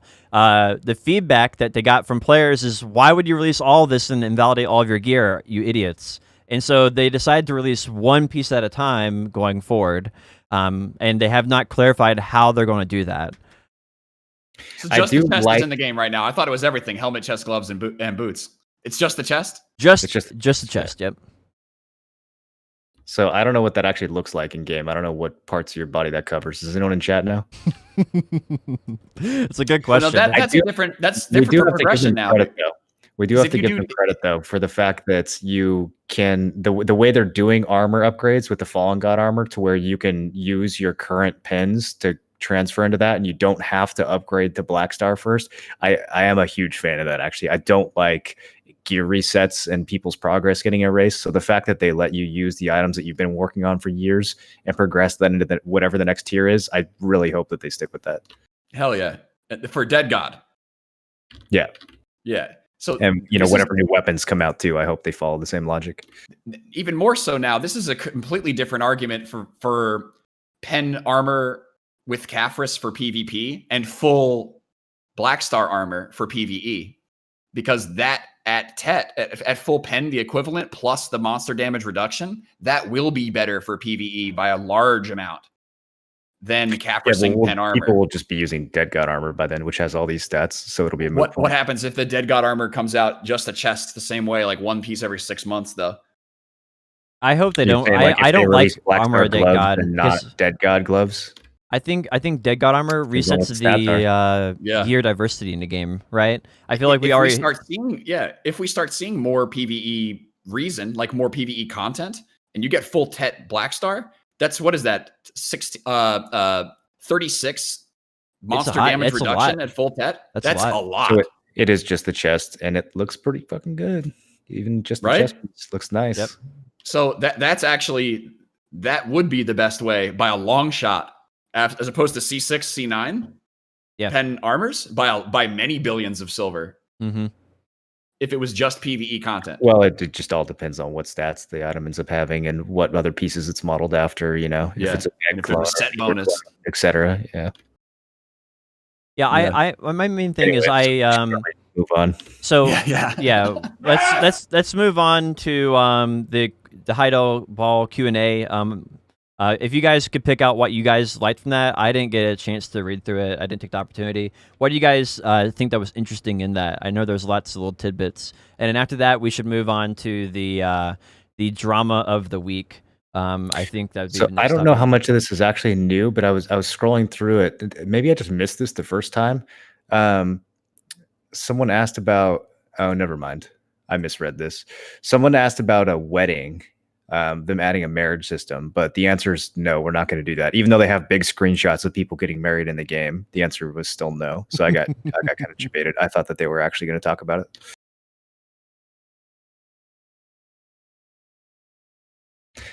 They did say something about remaining pieces of Fallen God here. I don't remember again. I don't know how much of this is new and how much they already said.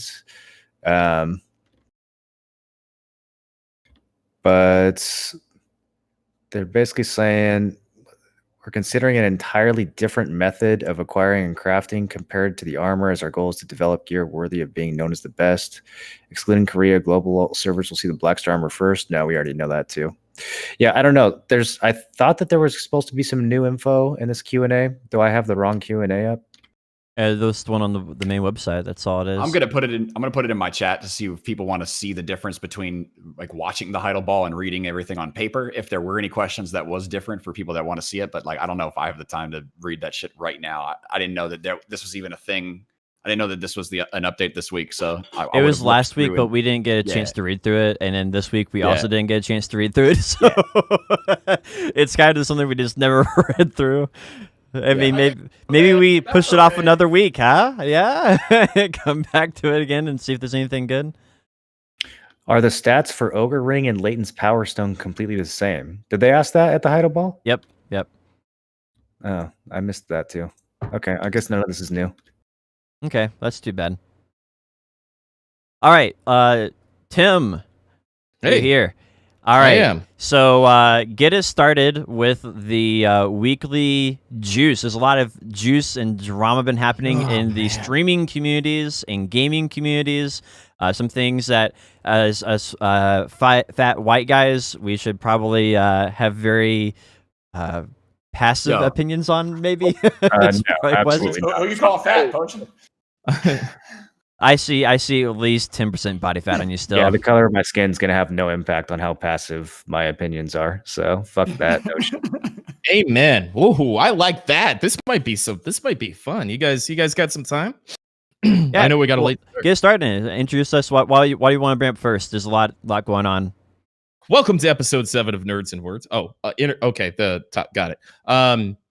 So just how I came across this was I follow somebody named.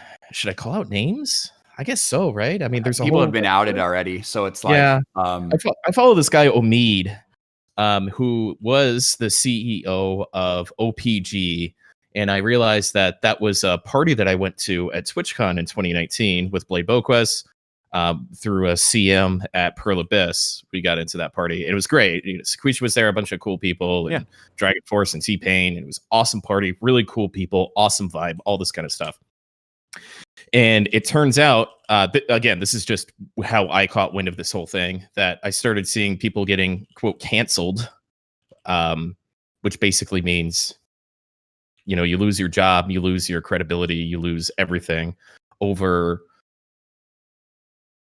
I guess it's been a couple different things. Sexual misconduct would be probably the umbrella you could put all of this under.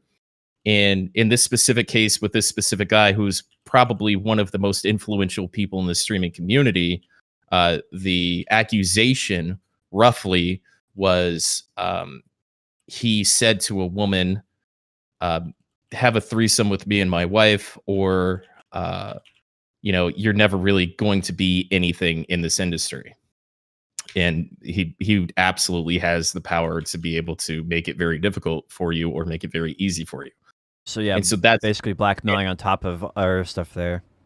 Right. So, but this is where this whole thing is kind of spawned from, is there's been a lot of people inside of Twitch, outside of Twitch, on Twitch, all over the place inside the gaming community that have been sexually aggressive, that have been using women, that have been like, hey, if you want to do anything, you got to blow me first. Not to be explicit, but I mean that's what's been happening with all of this. Yeah. And so it's kind of a Me Too movement within the gaming industry. And quite frankly, I'm pretty shocked.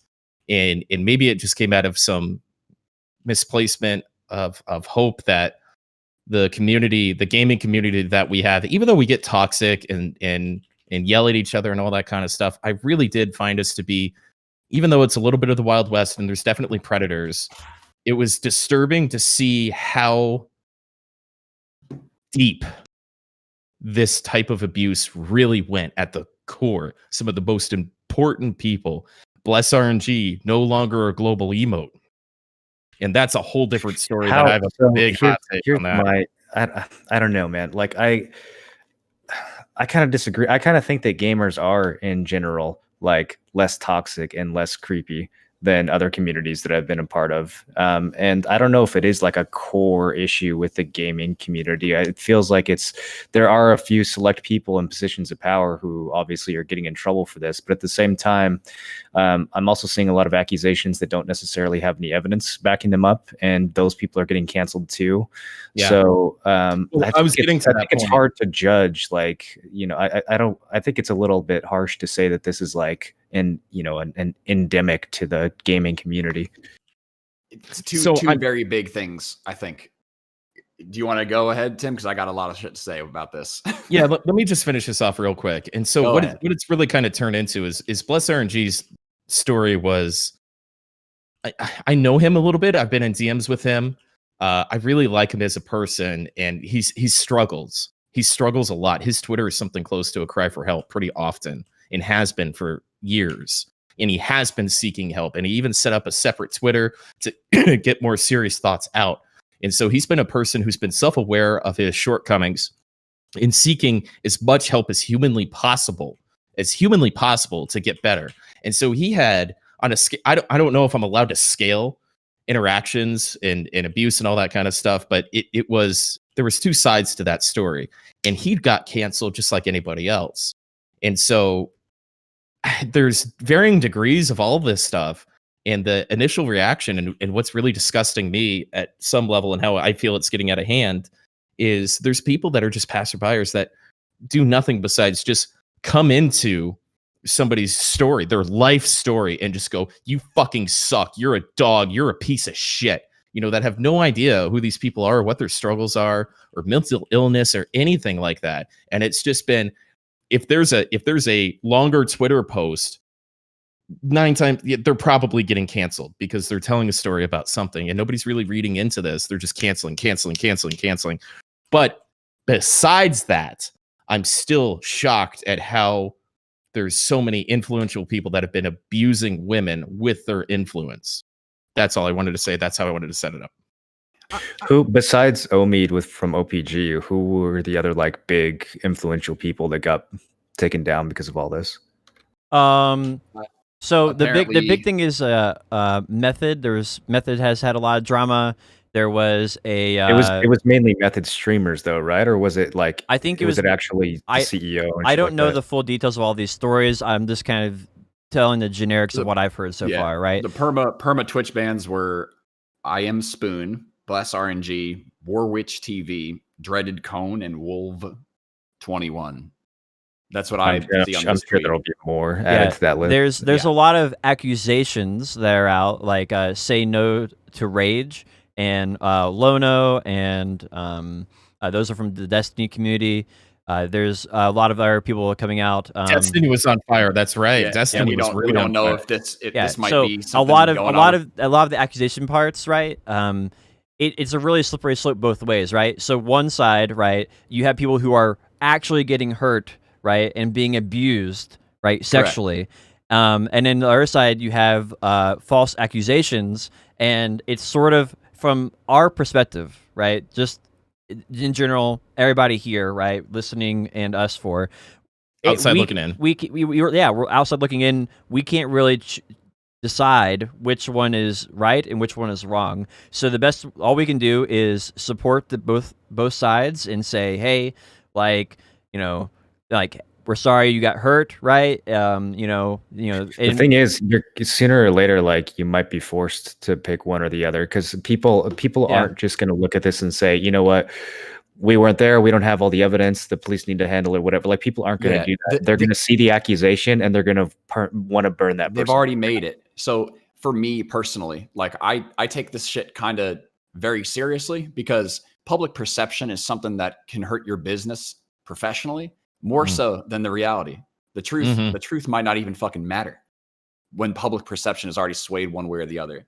So that's really true. Number one, with this shit, I just to talk about where I come from and the reason why I see this shit the way that I do is because when I was in my early 20s, I loved to go dancing in Miami, and I loved to be a part of the fancy fucking nightlife bullshit. And as a part of that culture, I was on the inside. I knew somebody that got me into the club. I knew somebody that made it easy for me. And I looked outside and I looked at people waiting in line. I looked at people begging, dying desperately to get into that experience, to just be a part of that in crowd.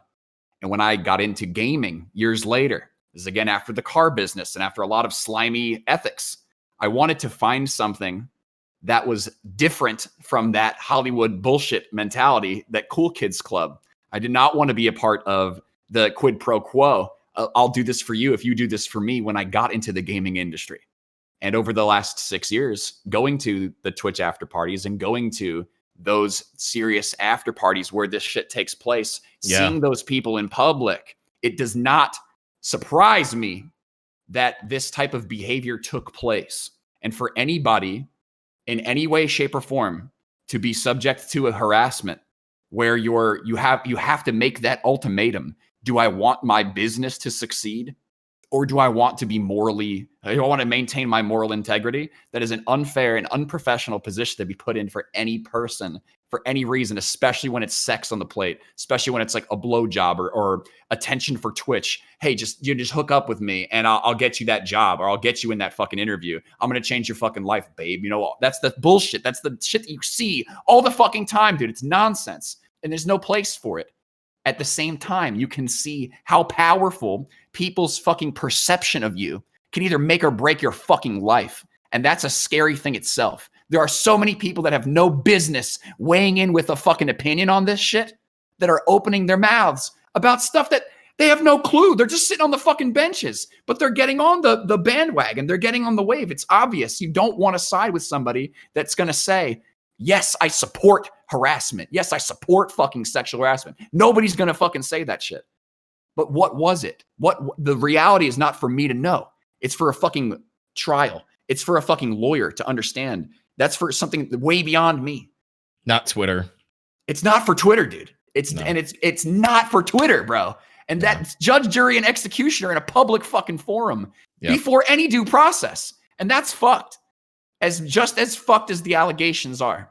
Yeah, and I'm not gonna say, one's better, one's worse, because I don't stand for anybody getting harassed, especially putting sexual pressure on them in their fucking life. That's fucked. I've never had to experience that in my life, and I don't know what that's fucking life like.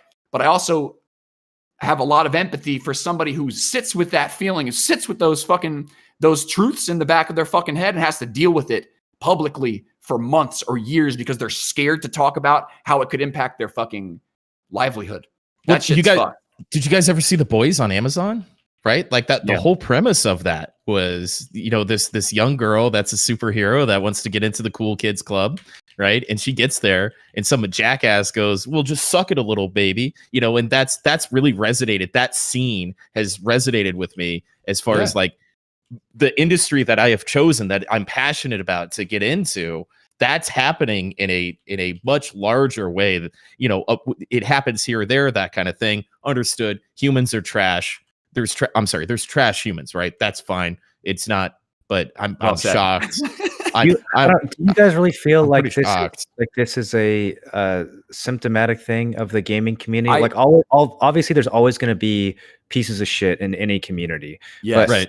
Do you really think it's like a systematic thing here? Because in my experience at all these events and stuff, like even when people are getting shit-faced and like, whatever, like the night is going on, I don't see nearly as much toxic, crazy shit with the gaming community that I did in my party days in college. Like not a tenth of it. I hear what you're saying. I think that when you understand the positions that some of these people held and the gates that they protected in terms of access to very specific large amounts of attention and deals, when it comes to like the sponsorship deals of a management group, you're literally deciding what streamer gets the extra visibility and the extra money for choosing to stream a video game. All right. That's the difference between professional sponsorships, like full deal sponsorships, like thousands of dollars per hour playing games, and us. I guess. Let me respond to what you said there. Who are pieces of shit, and I get that. But as far as like the industry side, other than Omid from OPG, were there other industry people? Yeah, for sure. I'm not discounting that. There's accusations against a Twitch staff member. There's accusations against high-level streamers. There's accusations against CEOs of companies and employees of a lot of these people who are like, they'll bring you partnership deals, right? Like they'll say, all right, you're partnered with Method, and Method brings you partnership deals, and then like maybe someone from there is doing something bad, right? And I'm not saying they are or aren't. I'm just saying that for an example, right? That's what's happening is that a lot of streamers are deciding to leave Method because it's attached to a bad vibe now, right? So despite whatever ends up happening in the long run, right? Method's probably done either way because the streamers don't want to support it anymore, right? OPG too. Yeah. And so I think it's more of the quality, not the quantity necessarily, Moreland. And I'm not really with you on the whole, I saw a bunch of shady shit in college. This is supposed to be a professional setting, right? And this isn't, this is the type of corruption I would expect to see at like Wall Street or something, right? Where it's a bunch of rich pricks just going, hey, baby, suck it a little bit and I'll show you my portfolio. But, right, this is video games and stuff. It's crazy. No, all right. So I think this is just everywhere, right? There's assholes everywhere. There's people who want sex everywhere, right? I mean, you just go to high school and it just doesn't quit from there, right? It just doesn't ever ends, right? Some people just never get that out of their system, right? And I think like thankfully you did, Potion. Yeah, video games are my answer. Don't need nothing else, boys. Yeah, it blows my mind because like I'm so busy playing video games, I don't have time to go mess with any girls. I don't know what these other guys are doing. I'm sorry. Like they seriously like how do you find the time to play video games and go out there? Like I don't get it. Like I was joking, but I'm glad to know it's true. Like I don't get it. Like I love you, dog. Like these guys don't understand how to play video games. Something I don't get it. I think what Moreland is saying, I do agree with. I do not think that this is indicative of the entire gaming community. Of course not. That's how it's going to get painted. That's my concern. Is that especially in mainstream news outlets, this is going to be like another Gamergate thing where it's like gamers are rapists. Like that's going to be the narrative that comes out of this, and that's because people don't understand. We're already school shooters, and now we're going to be rapists, right? Yeah, exactly. I also think that this particular situation, it's terrible for everyone involved. When you look at people who work on imagine people who are like the secretaries of the management company that had nothing to fucking do with this shit, but their families are fed off of the amount of business it's done, right? People that were not associated with this, but were also a member of the management team that got them business to help their streams. Like there are a lot of really visible streamers that are affected by this shit. In addition, like I think that the best thing that could come from this is realizing that when Twitch was growing, there was a lot of behavior and activity that was unfucking acceptable. People did not understand the future that was coming with how big this shit could possibly be. So the behavior when it was party time Twitch is not Amazon Twitch. It's not future Twitch. It's not cancel culture Twitter Twitch. Like you have to be responsible for your fucking actions. You have to think about what the future is going to be. And you have to really carefully consider what choices you're making. Yep. Otherwise, shit can come back to fucking bite you, dude. Like, you just got to be like some of the best tweets that I've seen this week were men saying, "I cannot believe that. Like, how difficult is it to just be a decent human fucking being? How difficult is it to just have integrity and like treat people with fucking respect? Like, why does it have to be that human desire to leverage something that I have for something that you want for fucking pleasure in the bedroom, if that's the fucking case? Like, why is that a thing anywhere? Like, how hard is it to just be a good fucking person?" Yeah, I think human beings just need to. So I dislike the gender race conversation when it comes to Twitch because I feel like in general it should be an extremely even platform, right? It needs to be human beings. That's statistically not the case in Twitch in gaming because it is men in positions of power. It has to be understood. Like there are not that, and it is growing, but like a lot of the men in power, a lot of the people in power are men. Okay, but if I finish the sentence, it makes a lot more sense. We're all human beings, and we need to treat each other as human beings, and not be concerned about who's a man, who's a woman, who's black, Yeah. Hispanic, white, Asian, all that kind of stuff. I agree with that. Just need to treat each other like human beings. We need to all follow the rules. I don't care if you have big tits, right? I'm not threatened by your cleavage. I just want you to follow the rules. I want everybody to follow the rules. I don't want somebody to sexually harass me, and I don't want to sexually harass anybody else. It's not following the rules. This should be a very even-keeled platform. Right. So there's always going to be outside influence. Yeah. We're all human beings. We're all imperfect. We all have hormones. Right. So, the CEO X, Sale Mead, because he's out. Right. Is he going to subconsciously go, this girl's hot, I'm going to give her the chance over this ugly fucking dude. Right. That's just kind of how life works. Pretty people in general can be more successful because that aesthetics. Right. It's psychology. It's all that kind of those stuff. Muscles of yours are really making you go places, huh? Not necessarily. Not that I know of. Fuck, it's man. not necessarily sexual harassment. But I'm just saying, what I'd really like to put out there to Twitch, Twitter, all that is genders aren't guilty, races aren't guilty. We're just human beings, and we need to treat each other as human beings, and kind of shed this idea, enlighten ourselves a little bit, and stop looking at what makes us different, and start really embracing what makes us the same. Yep.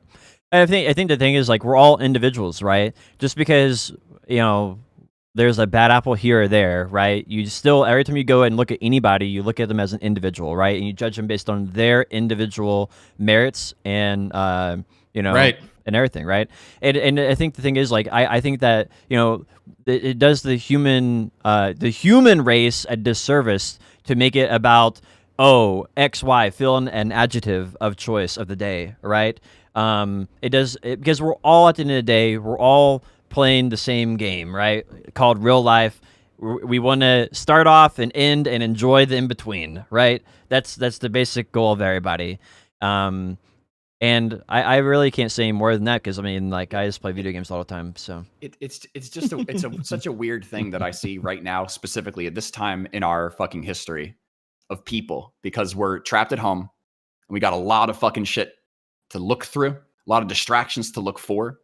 And I feel like there is a population of people that is angry. They're just fucking angry, dude. They want to be angry at something, at somebody, and they want to get it out there. They want to, they want justice and they want this. And then there's another portion of people that's like hurting. And right now is a really good time to think about what is going on for everybody everywhere. Like, we're all going through a struggle. Like, we're all dealing with a lot of shit together at the same fucking time. And it's a time to consider how everybody feels. Like, that's a very, very, I think now is a very good moment to just think outside of my bubble and say, my world exists in the gaming industry. I work out when I fucking possibly can, but just because I'm going through this thing that I'm going through right now doesn't mean that there's like hundreds of thousands and millions of people out there that are going through something worse or going through something very similar that I can relate to. It's not that we're so different from one another. It's like, yo, we're all, again, like Posh said, we're all trying to get to a point, dude. Trying to eat and survive. I think the main thing here that a lot of people need to take away is people need empathy. You need to empathize with the people that are there, right? You need to empathize with the streamer being accused, and you need to empathize with the person who got hurt sexually, potentially, right? And you need to empathize and understand where those people are coming from, the best to your knowledge. You can't necessarily know every time, right? But you got to empathize as best you can, and then you got to exercise forgiveness, because otherwise, it's just everybody's going to hate everybody if no one ever forgives anybody ever, right? People are going to always make mistakes, right?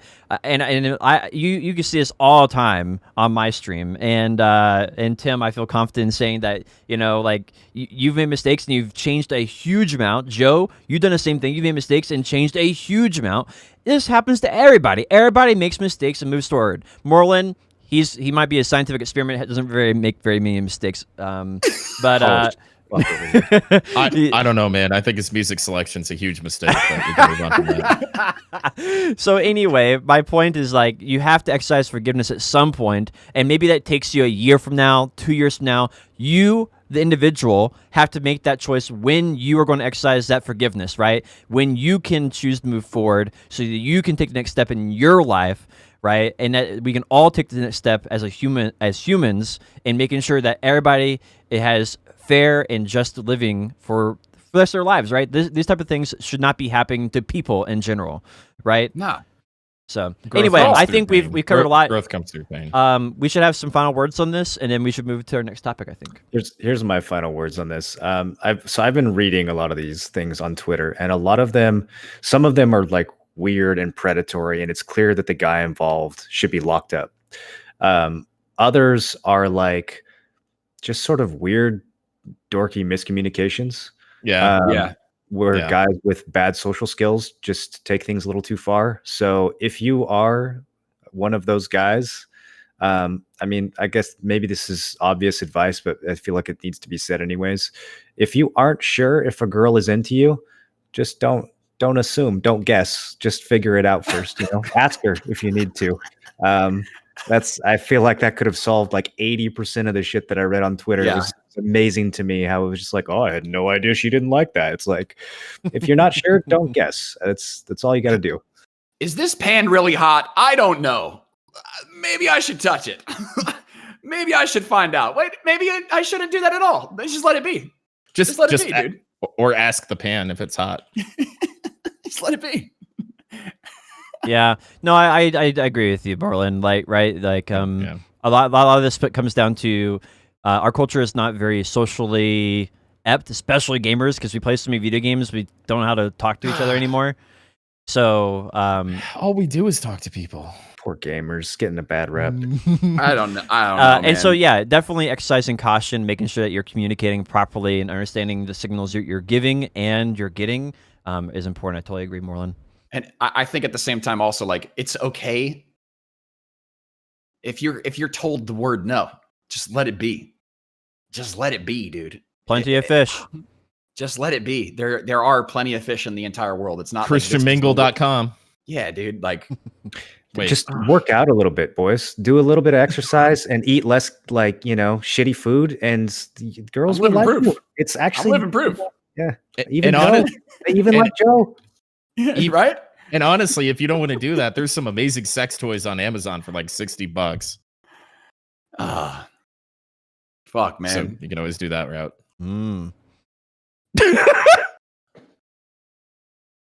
Potion knows. Did I say something? Excuse me. So we had the links. Chad says links. Links. What were the other pieces of juice this week? All right, so we wanted to talk about Doc. Yeah. Mixer. Oh, Actually, Mixer Oh, that's before right. Doc. Yeah. I think even let's bigger. do Doc first. I don't think there's much talk on there, but let's mention that and then go to Mixer. Yeah, I mean, the Doc thing, unfortunately, there's pretty much no info. There's just some clout farmers on Twitter who are claiming they know, but won't say anything. All we know is that he's permanently banned. We don't know why. There's rumors that it's legal. There's rumors of other stuff. No one really knows. The only thing that we've heard directly, I think, is his wife made a statement saying, like, thank you guys for your supports. We'll get through this. So she seems to be on his side. That's all that we can really tell. Well, I do have a couple things to say about this, and I've been talking through it on stream a little bit because I generally dislike the largest streamers because it's hard to connect or communicate, and some of them are just popular because they're popular, and that's fine. But I feel like and it may sound arrogant to compare Doc and me, but he inspires me. He's able to call people shit. I'm the greatest, that kind of fun arrogance. I really like that. I like that there's somebody like him on Twitch, specifically on Twitch. And it gives context to me, for me, in the way that I conduct myself on stream sometimes. And so I'm really interested in what happened here and why. Is this a move to Facebook gaming? It can't be, because he's permanently banned. They don't permanently ban people for moving. They go, thank you, we're moving on. Was it something to do with the cancel, sexual allegations and stuff? Because we know that he did have an affair or something? Was that nefarious seemed at some like the level? timing it might have had to do with that stuff, but the fact that his wife made a statement like, "Thank you guys for your support," I don't think Fair. she'd be doing that if it was going to be another Me Too thing, you know? Maybe, but so my issue is if it's something innocuous and weird, right, then that's going to be an uproar because Dr. Disrespect is one of the most popular streamers on the platform. And then that's going to set a bad precedent. That's going to set a bad precedent. And if it is something he should be banned for unequivocally, then that's going to be one less person with a personality, one of the greatest personalities, that can bring that kind of holds on to that CS 1.3 little bit of toxicity, renting games from Blockbuster and calling your friends shit while you high five each other and have a sleepover. That kind of mentality is slowly slipping away. And Twitch becomes a little more rigid and PMA, and you can't joke about stuff. And if All right, all that so kind of stuff. the So current I'm really worried either way all right, on so what this call is. I will say on the topic of like the free speech type thing, right? The Twitch CEO is very pro free speech. Like you can say he's a pile of shit. Like you could come out and he won't do anything because he supports the free speech on the platform, right? So I'm not worried about that side of it.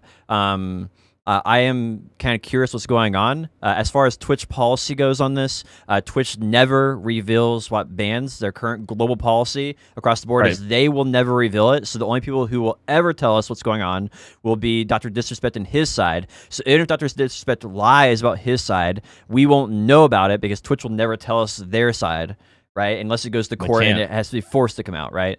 I bet somebody will leak it. I bet some Twitch employee will leak it on 4chan or something.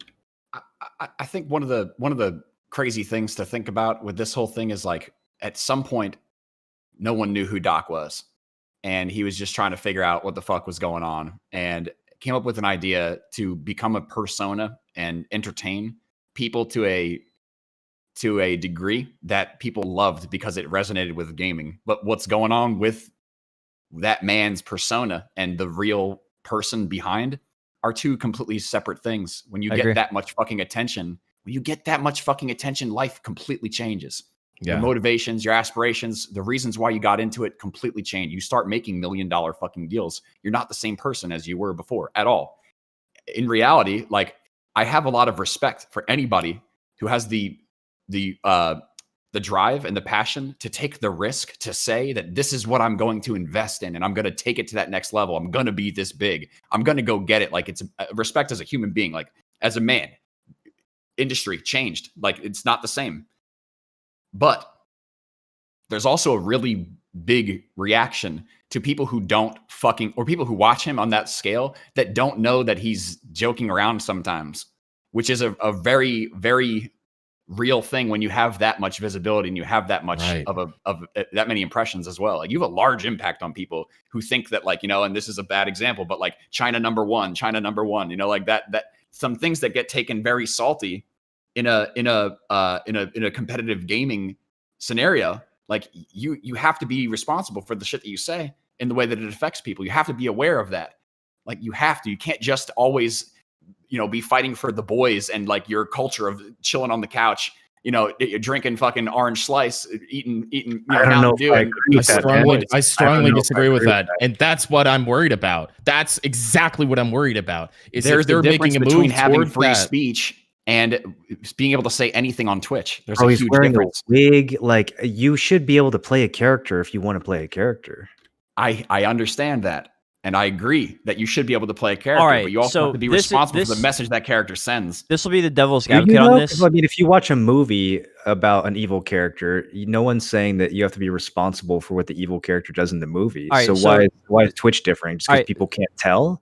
I think that this is the key difference here, right? If you play evil character and he happens to be evil racist, that's kind of something you might not want on Twitch.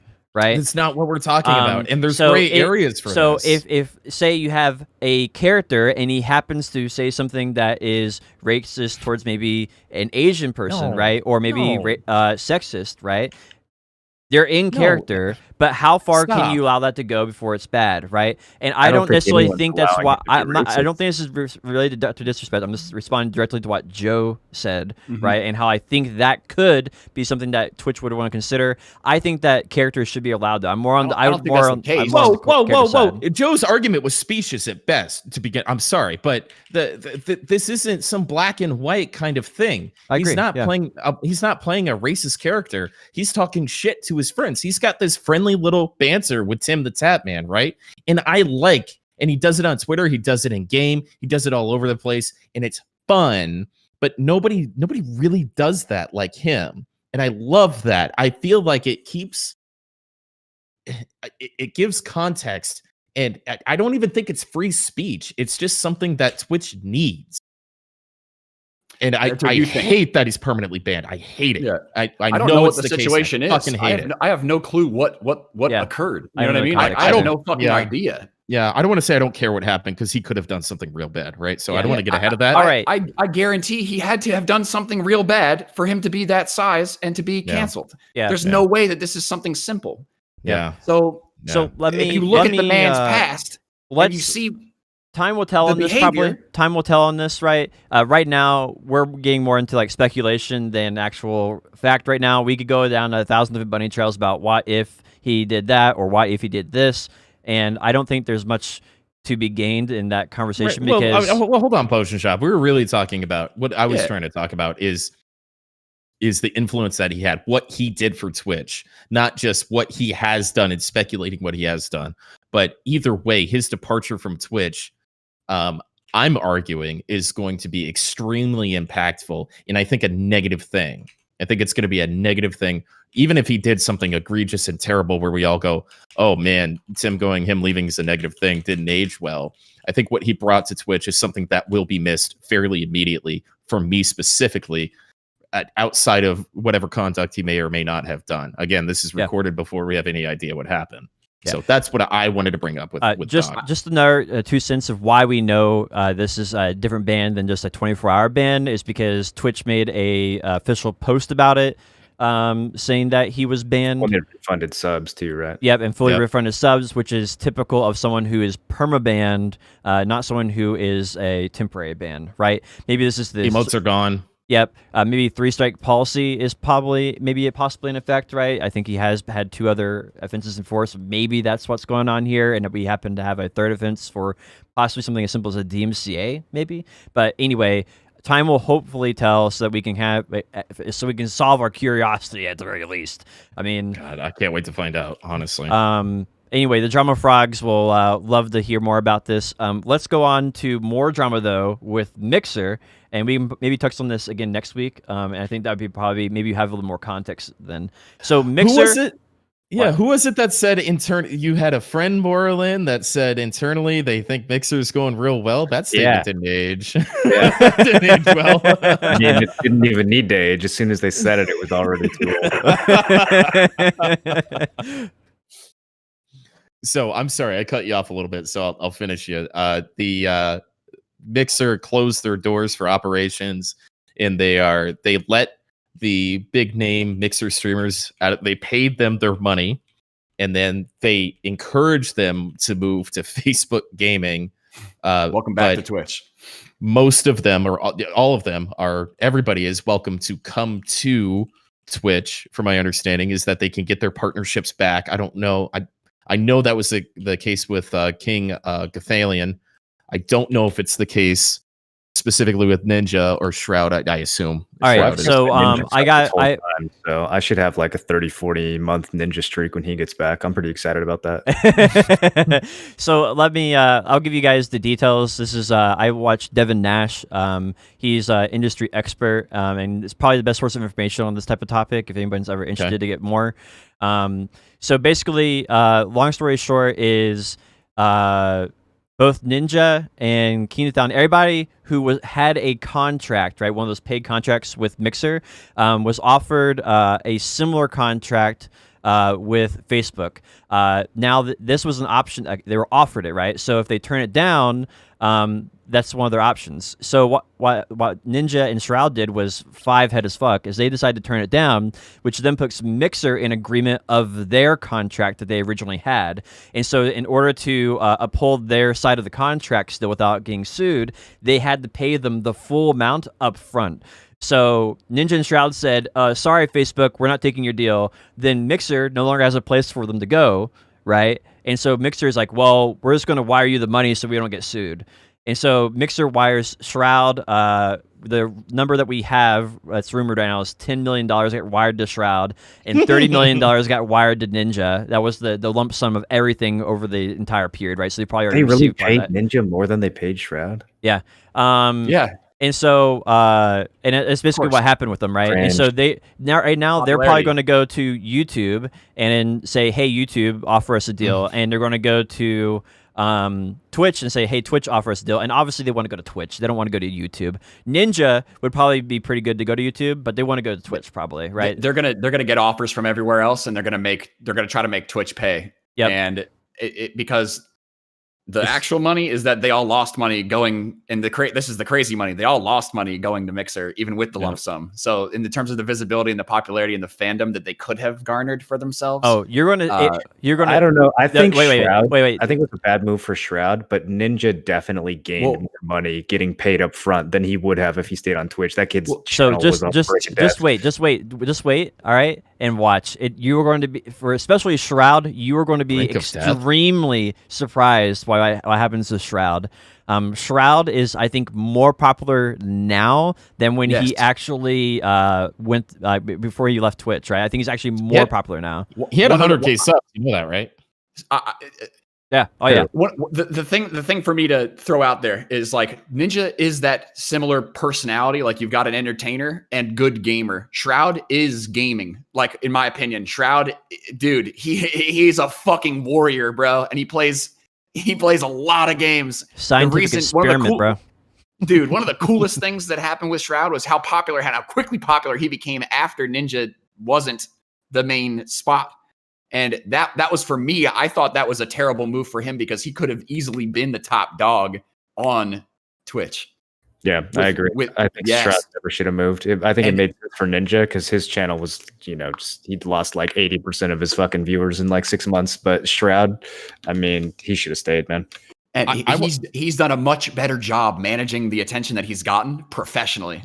Instead of like taking advantage of it and like doing, ESPN sports deals and all that type of shit. Like he's been growing his shit, like continuously growing his fucking brand. And I think he's been there for about 8 months. It's something like 6 or 8 months he's been there right now. He's not been there very long, and he's going to get paid $10 million for that. So I mean, that's a nice deal right there, right? That's a very nice deal. His marketability is so above and beyond. I think Ninja. At the same time, like this is one of the coolest things to pay attention to for us is that these are the leaders of our industry that set the bar for what gamers are worth on the largest scale possible in the world. So these guys are like literally defining what it is to be the most popular streamer in the world. They need to get paid to show how valuable this industry is. Like at every single opportunity, there should be companies that are fighting for these fucking guys to be on their platform in terms of advertising dollars and the attention to the games that they play. Do you guys know who? Go ahead. Do you guys know who King Gathalion is? Yeah, he decided to go to Facebook. Yeah, so I think his experience in his channel is a really interesting, just something interesting to look at with this whole thing because he was one of the last people to be paid to move over to Mixer. And I think his channel was 40 million views or something like that. He's a large streamer, averages 3,000 to 5,000 people depending on the game. What does he do? What type of content does he make? He got big off of Destiny 2, but he'll play some Apex and kind of fuck around with the larger games as they come out, more so FPS. I'll give you background on him. BDO. Hold on. He played BDO, and that's where I caught. He gave Stone Spoon like a 4,000 viewer host or something. Bro, you freaked out when he talked in your chat. Oh, dude, it was cool. I mean, he's a huge streamer, and he's in the BDO community. I thought it was an awesome opportunity for us, and he just floated in, and he floated in and floated out. And go ahead, Potion. Give your thing on Gathalion. So King Italian, as a streamer, is interesting, right? But on top of that, he runs his own business called Rare Drop. And Rare Drop actually goes and makes something a lot more called than just streaming. Yeah. Yep, he does. They have their own coffee company called King's Coast. They have Rare Drop. They have a convention that they run every year. I think last year they raised. Con. Yeah, they renamed it this year to QXC or something like that, or something weird. They renamed it this year. Why would they name it after a streamer? No, QXC, not QCX or whatever his name is. Anyway, they renamed themselves. Right? It doesn't matter. But anyway, they renamed themselves, and they raised a lot of money for St. Jude's. And Dr. Lupo was like good friends with King Italian. Their whole crew is basically set up. I think a staple of what, man. Like they're basically T-Rex. Professor Bro, exactly. They've set up like streaming. If you look at them and you'd be like, that's the streamer I want to be, right? That they've set up the brand in a way that's respectable, professional, and really outstanding. This is the reason why I disagree with you on Dr. Disrespect, Tim, is that Dr. Disrespect doesn't represent who I am as a streamer in creating business. But he does for some people. These are the guys. These are the guys. These are the guys that are doing it right. No joke. Those men are they are leading the way in terms of business. It is guys like that, dude. So King Italian's got a lot. So he's got a fucking coffee company to be a tax haven. So anyway, King Italian, he has a lot of irons in the fire, right? And so he wants more the freedom to be able to do more things with his irons, right? His other stuff that's in the fire. And so he's taking a deal with Mixer so that he would have that freedom, the monetary freedom to not worry about his stream, right? And then he's taking a deal with Facebook. He's selling out his community, right? Yeah, I agree with that. Yeah, 100%. Yeah, and so he's doing that again with Mixer, so he has the continued free time. Exactly. He has the continued freedom by going to Facebook. And he also wants endemic ability to influence the platform at the base level, right? Twitch is so huge that if King Italian had an idea and said, "Hey, I think you should do this to make the streaming platform, the streaming platform."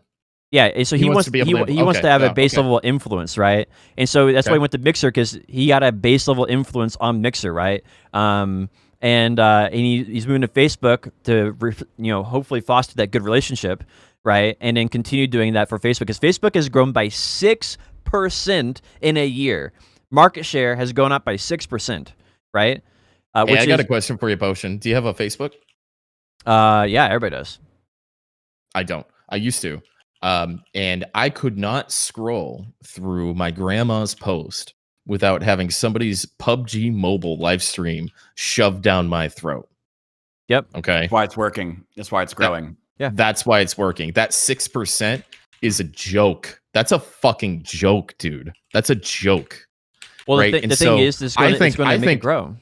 What I think King Italian had going for him. I think you're talking about a live streaming format on one of the largest social platforms in the world, and that is bigger than a joke.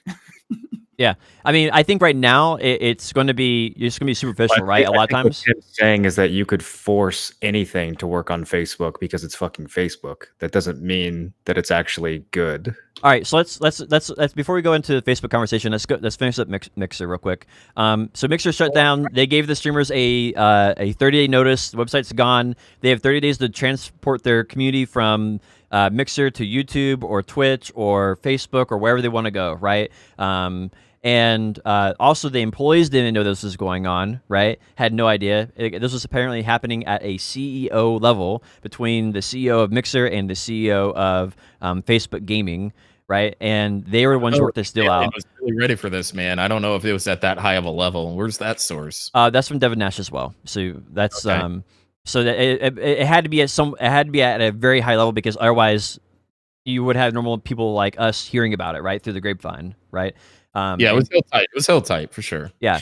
Don't you guys think it's kind of fucked up though? Oh, like, totally. I think it's majorly fucked up, which is why I wanted to talk about it, right, before we move it on Facebook, because I think it's so fucked up. Like, what are you supposed to do? You're just like, your entire life is just fucked. Well, so my friend Pelioka, and Moreland's friend Pelioka, was a Mixer streamer when we were in Xbox, right? Xbox BDO, and he did really well when they were paying for Sparks and all that kind of stuff. And so he told me that they offered him $2,500 just as a kind of a average Mixer partner. He had the average viewership for a Mixer partner, and he had a bunch of followers. They offered him $2,500, and apparently all Mixer partners $2,500 to move to Facebook gaming for 90 days. Yep. 90 days, you're exclusive to the platform, and after that, you can actually stream to both Facebook and YouTube, or wherever you want. You can do multi-streams after that, which I think is interesting because Twitch doesn't allow you to do that. So then you can stream to twice the potential audience, right? YouTube has 2 billion people, 2 billion daily users, something like that, and then Facebook has another 2 billion daily users, so that's 4 billion potential viewers, right? That you're advertising to, right? Where on Twitch, I think it's like 5 million is like the highest they've ever been on Twitch. I think one of the things to think about for this discussion is opportunity versus culture. Exactly, and I think Twitch has the way better culture. But you now have a lot of years of, data from Mixer, and if these guys are looking for jobs and they're looking to grow Facebook gaming, there's a lot of opportunity for people to get attention, whatever that attention is. I don't think that this works any other way than the cream rises to the top. The most viewed platform will get the most views, will have the most people. Everyone will be attracted to that. Well, that's why I'm so interested in the King Cathalion conversation. He is the top viewed streamer on Facebook at the moment. At the times that I've checked that he's been live, he's been the #1 guy there. And so you've got a 5,000 viewer Twitch stream. You go over to make $1 million or $2 million at his viewership. Maybe it's a little bit more, maybe a little bit less. Right. So you sell out the community, which is fine. It's fine. They really support him. Everybody who is on Mixer could get a free Gathalion sub. He's not selling out the community. I think that's the wrong way to look at this too. I don't think he's selling out the community. He's putting pressure on Twitch by taking his community that he's created to another platform for what he's worth. If that was true, then he wouldn't have gone to Facebook fucking immediately. If I don't understand why he would just there's a difference between fighting you the got fight. Paid, go back to the place where people want to watch you. If you care about your community, that's what you would. All right, so there's a big difference between fighting for your subs every single month and getting a fucking paycheck that's guaranteed. And I don't fault any content creator for wanting to take that pressure off of their fucking plate, especially to feed a family and to grow a business. If you're going to be the #1 Facebook guy, that might be more attention than being the number 10 Twitch guy. He's not worried about putting food on his table. Yeah, I think he said either way, but I think it also depends, like just from a standpoint of money's no longer an issue. What do you actually want to do with your career? If Facebook is listening to these guys and making changes accordingly, then yeah, I could see a reason to jump ship, because Twitch is never going to listen to any. The top 100 creators on Twitch could come together and universally sign a letter saying these are the top 3 things we need on the website, and Twitch would be like, no comprendo. Like they wouldn't even begin to read it, right? So yeah. A guy, you look at his past and you say, how many smart decisions have you made? There's got to be a fucking reason why you're doing this. It's because if you look at the future that he could have, he could be like head of all, like down the road, if this goes anywhere. Imagine like Twitch influencer manager, like Twitch director, broadcasting, Facebook gaming, Twitch, my bad. Facebook gaming director of operations. Yeah. Like that's the play that he's making for the long term. That's a great move to make. That's a really smart decision as a businessman. He's not trying to be the Madonna of Facebook. He's trying to be the fucking Warren Buffett. He's trying to be the biggest fish in the smallest pond, right? And he's trying to be John D. Rockefeller, dude. He's making business moves. John D. Rockefeller. What? He's making a business choice based on what he has going on, which is bigger than his personal stream, right? His rare drop stream, right, is actually another business, right? And they actually stream on Twitch. So he shows up on that because it's not his King Italian brand, it's his rare drop brand. So he still shows up on there and he still shows up on Twitch. So anybody who's on Twitch who wants to watch him, just show up when he shows up on that and you can watch him, right? It's not like he's gone off the Twitch platform entirely, because his business is so huge. He's actually a multi-stream streamer now. Like he's on multiple streams, right? He's got multiple business revenue sources, right? So it's way bigger. That's the reality of this platform, in all honesty. If you're thinking of streaming and becoming Dr. Disrespect, you're dumb. You're an idiot. Like if you're actually trying to play that fucking game, it's never going to happen. That's less than 0.0001%. That's not. I disagree. No, listen. Right? Everything that's less than 1%. Joe, that's not a fair comment to make, because like literally Tim said earlier that he looks up to just not to disrespect, and then you just completely disrespect them there, right? Like, look, That's you just fine. stepped out there, right? I'm allowed to go ahead. You can fucking get butthurt about saying that all the fuck he wants. If you try to run your business like you're trying to catch the fire of the match that he fucking lit, you're making a mistake. If you're trying to emulate what one of the luckiest people in this entire fucking world has done. Doc just won the lottery. I mean, there's clearly a desire for that kind of content, and especially now that he's gone, the idea that someone else, other streamers, aren't going to be filling that void. I don't know why you would think that. You think those people are just. I'm saying if a new streamer completely copied his personality, his mentality, and made up a new persona, how many of them would become a Dr. Disrespect? On the scale of popularity that he was, if you emulate every single thing that motherfucker did, nobody's making that argument. I don't get genre here. We're not talking about that's what I'm saying is if you're a new streamer and you copy every single thing that man did, you may not find as successful as a career as someone who diversifies their income, diversifies their platform. Tie this back into what we were talking for Mixer, please. It's a further argument to what Gothalion is doing. Yeah, so he's doing it for a business choice, right? He's making a business choice. He's making the predictable and the reliable business decisions that will guarantee him success. Yeah. Because he's saying, my stream makes this much money. I've learned this much from streaming. What about charity organization? Yeah. What about event planning? He has planning? business goals dropping? He's trying to achieve, and he's doing the best. He's making the best choice for his business. He's not goals. just making that one decision to say, I'm going to stream until I become Dr. Disrespect or I fail. Because that's not a predictably smart decision to make. I think that is a dumb decision to make.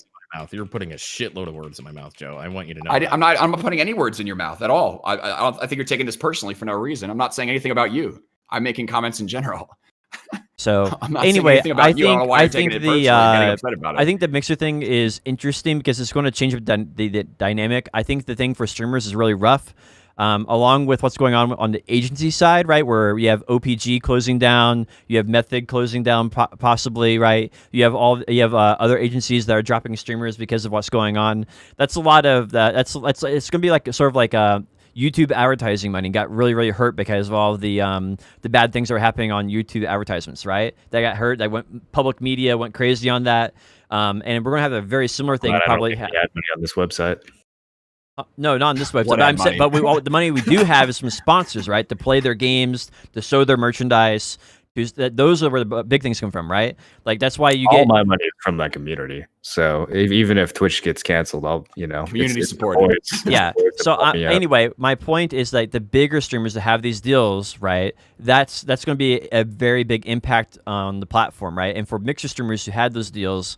And they're trying to transfer and pick up new deals at the same time, it's going to be really rough for them. And I feel like that's something that a lot of people don't realize is how bad it is for some of those Mixer streamers, Average partnered streamer on Mixer. I hope that the Facebook gaming thing, I hope they find a way. I really do. Twitch needs competition. We need other options as streamers. There needs to be pressure on this company to do something useful more than once every 3 years.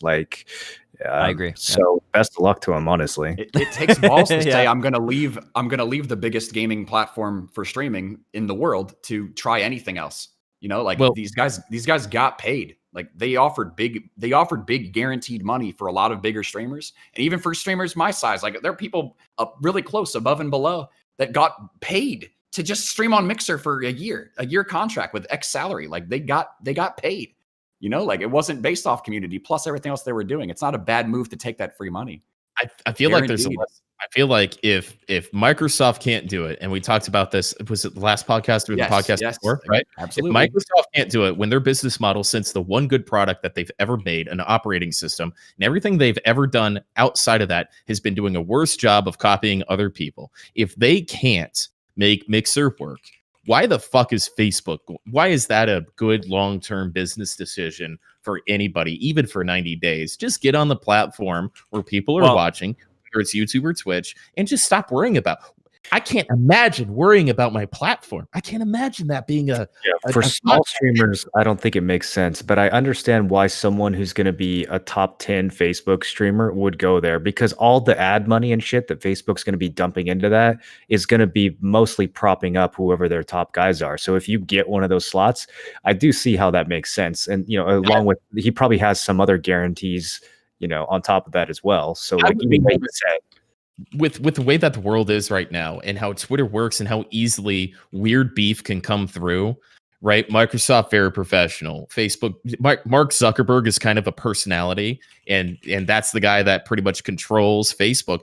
I don't know, and Twitch is emotional. I don't know how this is going to play out where something how do you know that if and when Facebook fails, that Twitch just goes, come on back, homies, everything's great, right? What if something happens? What if something happens that prevents them from doing that, and they're forced to make decisions that they don't want to make for their career? I think the what if game never ends, right? So it's not really a fair thing to do. Rolling dice for short-term games, and I don't Did you see the tweet? Did you see the tweet that Twitch put out?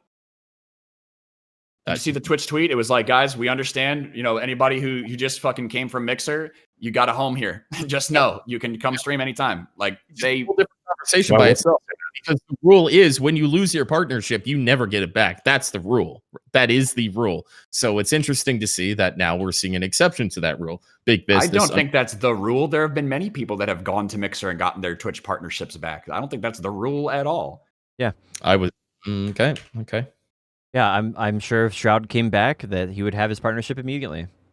Right. Yeah. You think if you came back, you'd get your partnership back? There are people that were smaller and bigger than me. I probably have to reprove myself. Men and women that have gone from Mixer and come back. Look at their tweets. They've said, "Hey guys, we're back on Twitch. Hey, welcome back to Twitch." Right. They got lucky. It's an exception to the rule that's well established. That's my point. Why would Twitch prevent those people from coming back? I don't see where this is coming from. Right? I don't see the evidence, and I don't see why you're trying to push that. I don't get it.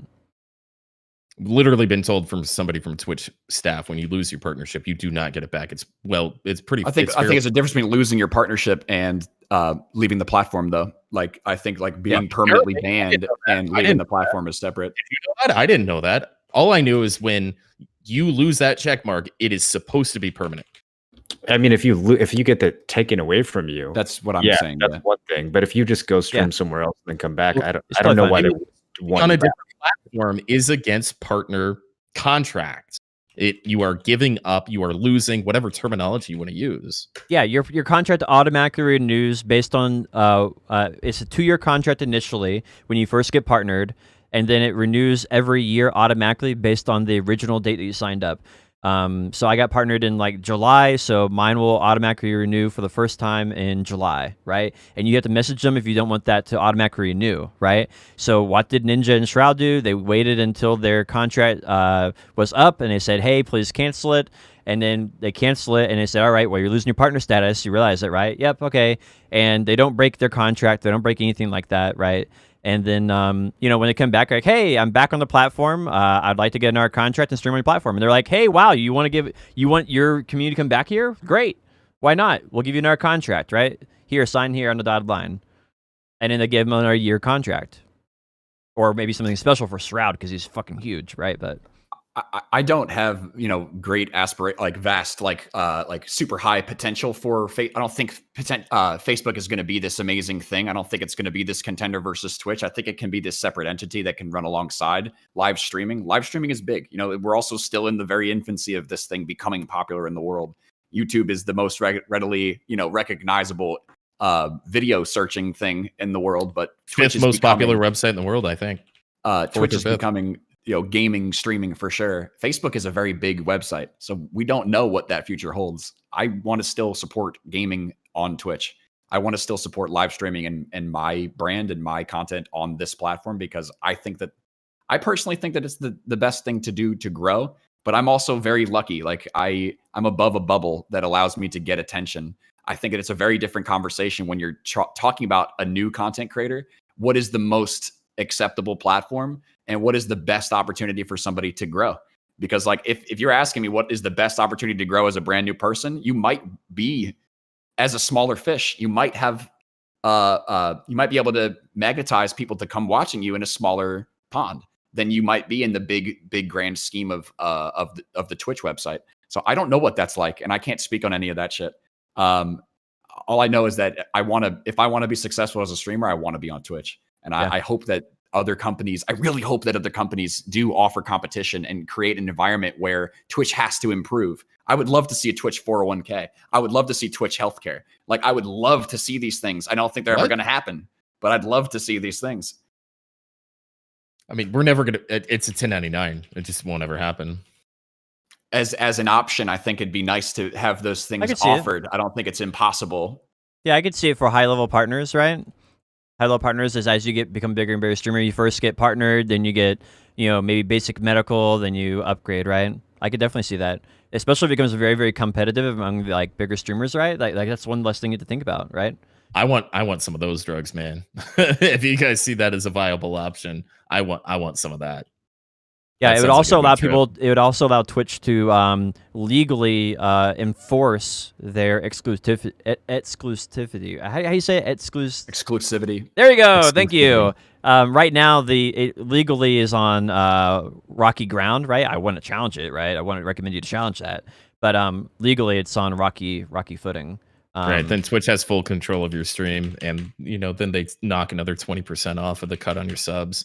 I don't want healthcare from Twitch ever. That's not something that this country is set up to be able to offer us in a way that would benefit us in any way. Anyway, that's the Mixer talk. Let's have some closing thoughts on that, and then I don't know, maybe go back to it as we see some developments in the coming weeks, right?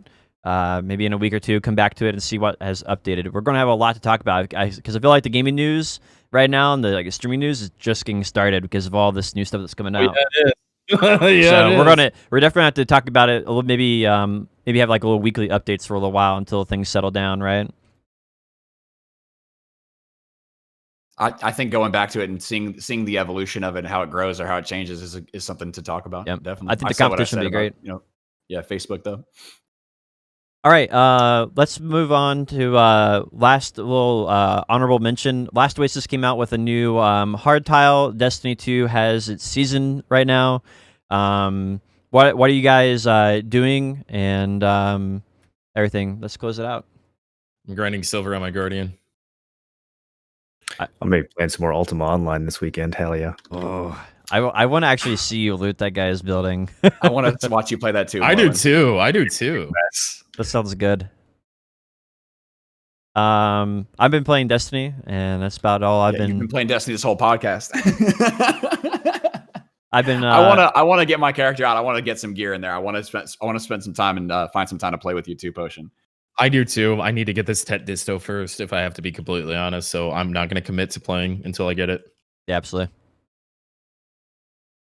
Next week, 4th of July, we're still having a podcast, right? Yeah, if we need to do it like an hour early or something like that, so people have more time for the afternoon, right? Then Why don't we just not do it next week and just enjoy the 4th of July? And just skip. Yeah, I think next week will be a good time to just take a break. You guys have Just social enjoy the lives. weekend. Ugh, Yeah, ridiculous. Yeah, I got a gonna be- family, dude. I want to spend 4th Yeah. of July with my family. I'm not going to be wanting to be a podcast next week. That's for Probably sure. skipping next week for everyone who's listening, and then we'll catch you guys a week after. All right. Word. So everyone enjoy. Happy 4th of July for all of our American listeners. For everyone else out there, have a great week. We'll have next week off, and you can check us out at our different locations. Everybody give yourself a shout out. Moreland TV on all the different places where you can have a presence. Mixer.com/MorelandTV. Yeah. I'm Tim Allen 1337 on Twitch, Twitter, and YouTube are the things that I keep up with. I'm currently working very hard at grinding and having chill grind streams, talking about whatever you guys want to talk about. So whatever your opinion of me is, whoever is listening to this, drop on by, tell me your opinion of me, and let's talk about it. I'm streaming anywhere from 40 to 60 hours a week. I quit my job to make this fucking thing work finally, sink or swim. So come on by, hang out, let's have a drink, let's hang out. What's up? I'm Joe Fails. I run a Twitch broadcast at twitch.tv/JoeNeverFails, where we help the average Joe, your everyday gamer, both inside and outside of gaming. The morning streams, Tuesday, Wednesday, Thursday, Friday, Saturday, and Sunday. I do like North American Guardian gameplay in the world of Black Desert Online. My afternoons have been focused on Shadow Arena content, which is a standalone BR based off of the world that of Black Desert Online. I'm cultivating some ideas right now for some behind the scenes, more IRL stuff, potentially some just chatting streams, educational just chatting streams for the future. And you can find me occasionally tweeting at Joe Never Fails and Insta Joe Never Fails. Looking forward to seeing you guys. And I stole Tim's outro. Potion Shop Yes, you TV. did. Yes, you did. I apologize for that. It's been a pleasure streaming this podcast for you guys. My streams are very rare these days, as I've been hard to find my stride, and my schedule is so inconsistent. But I've been doing a lot of stuff on YouTube, so you can check me out on YouTube. It's probably the best place to check out my content right now. And check out our podcast on Spotify. Thank you guys for listening this time, and I promised him I won't steal your outro next time. Have a good one. Thank you.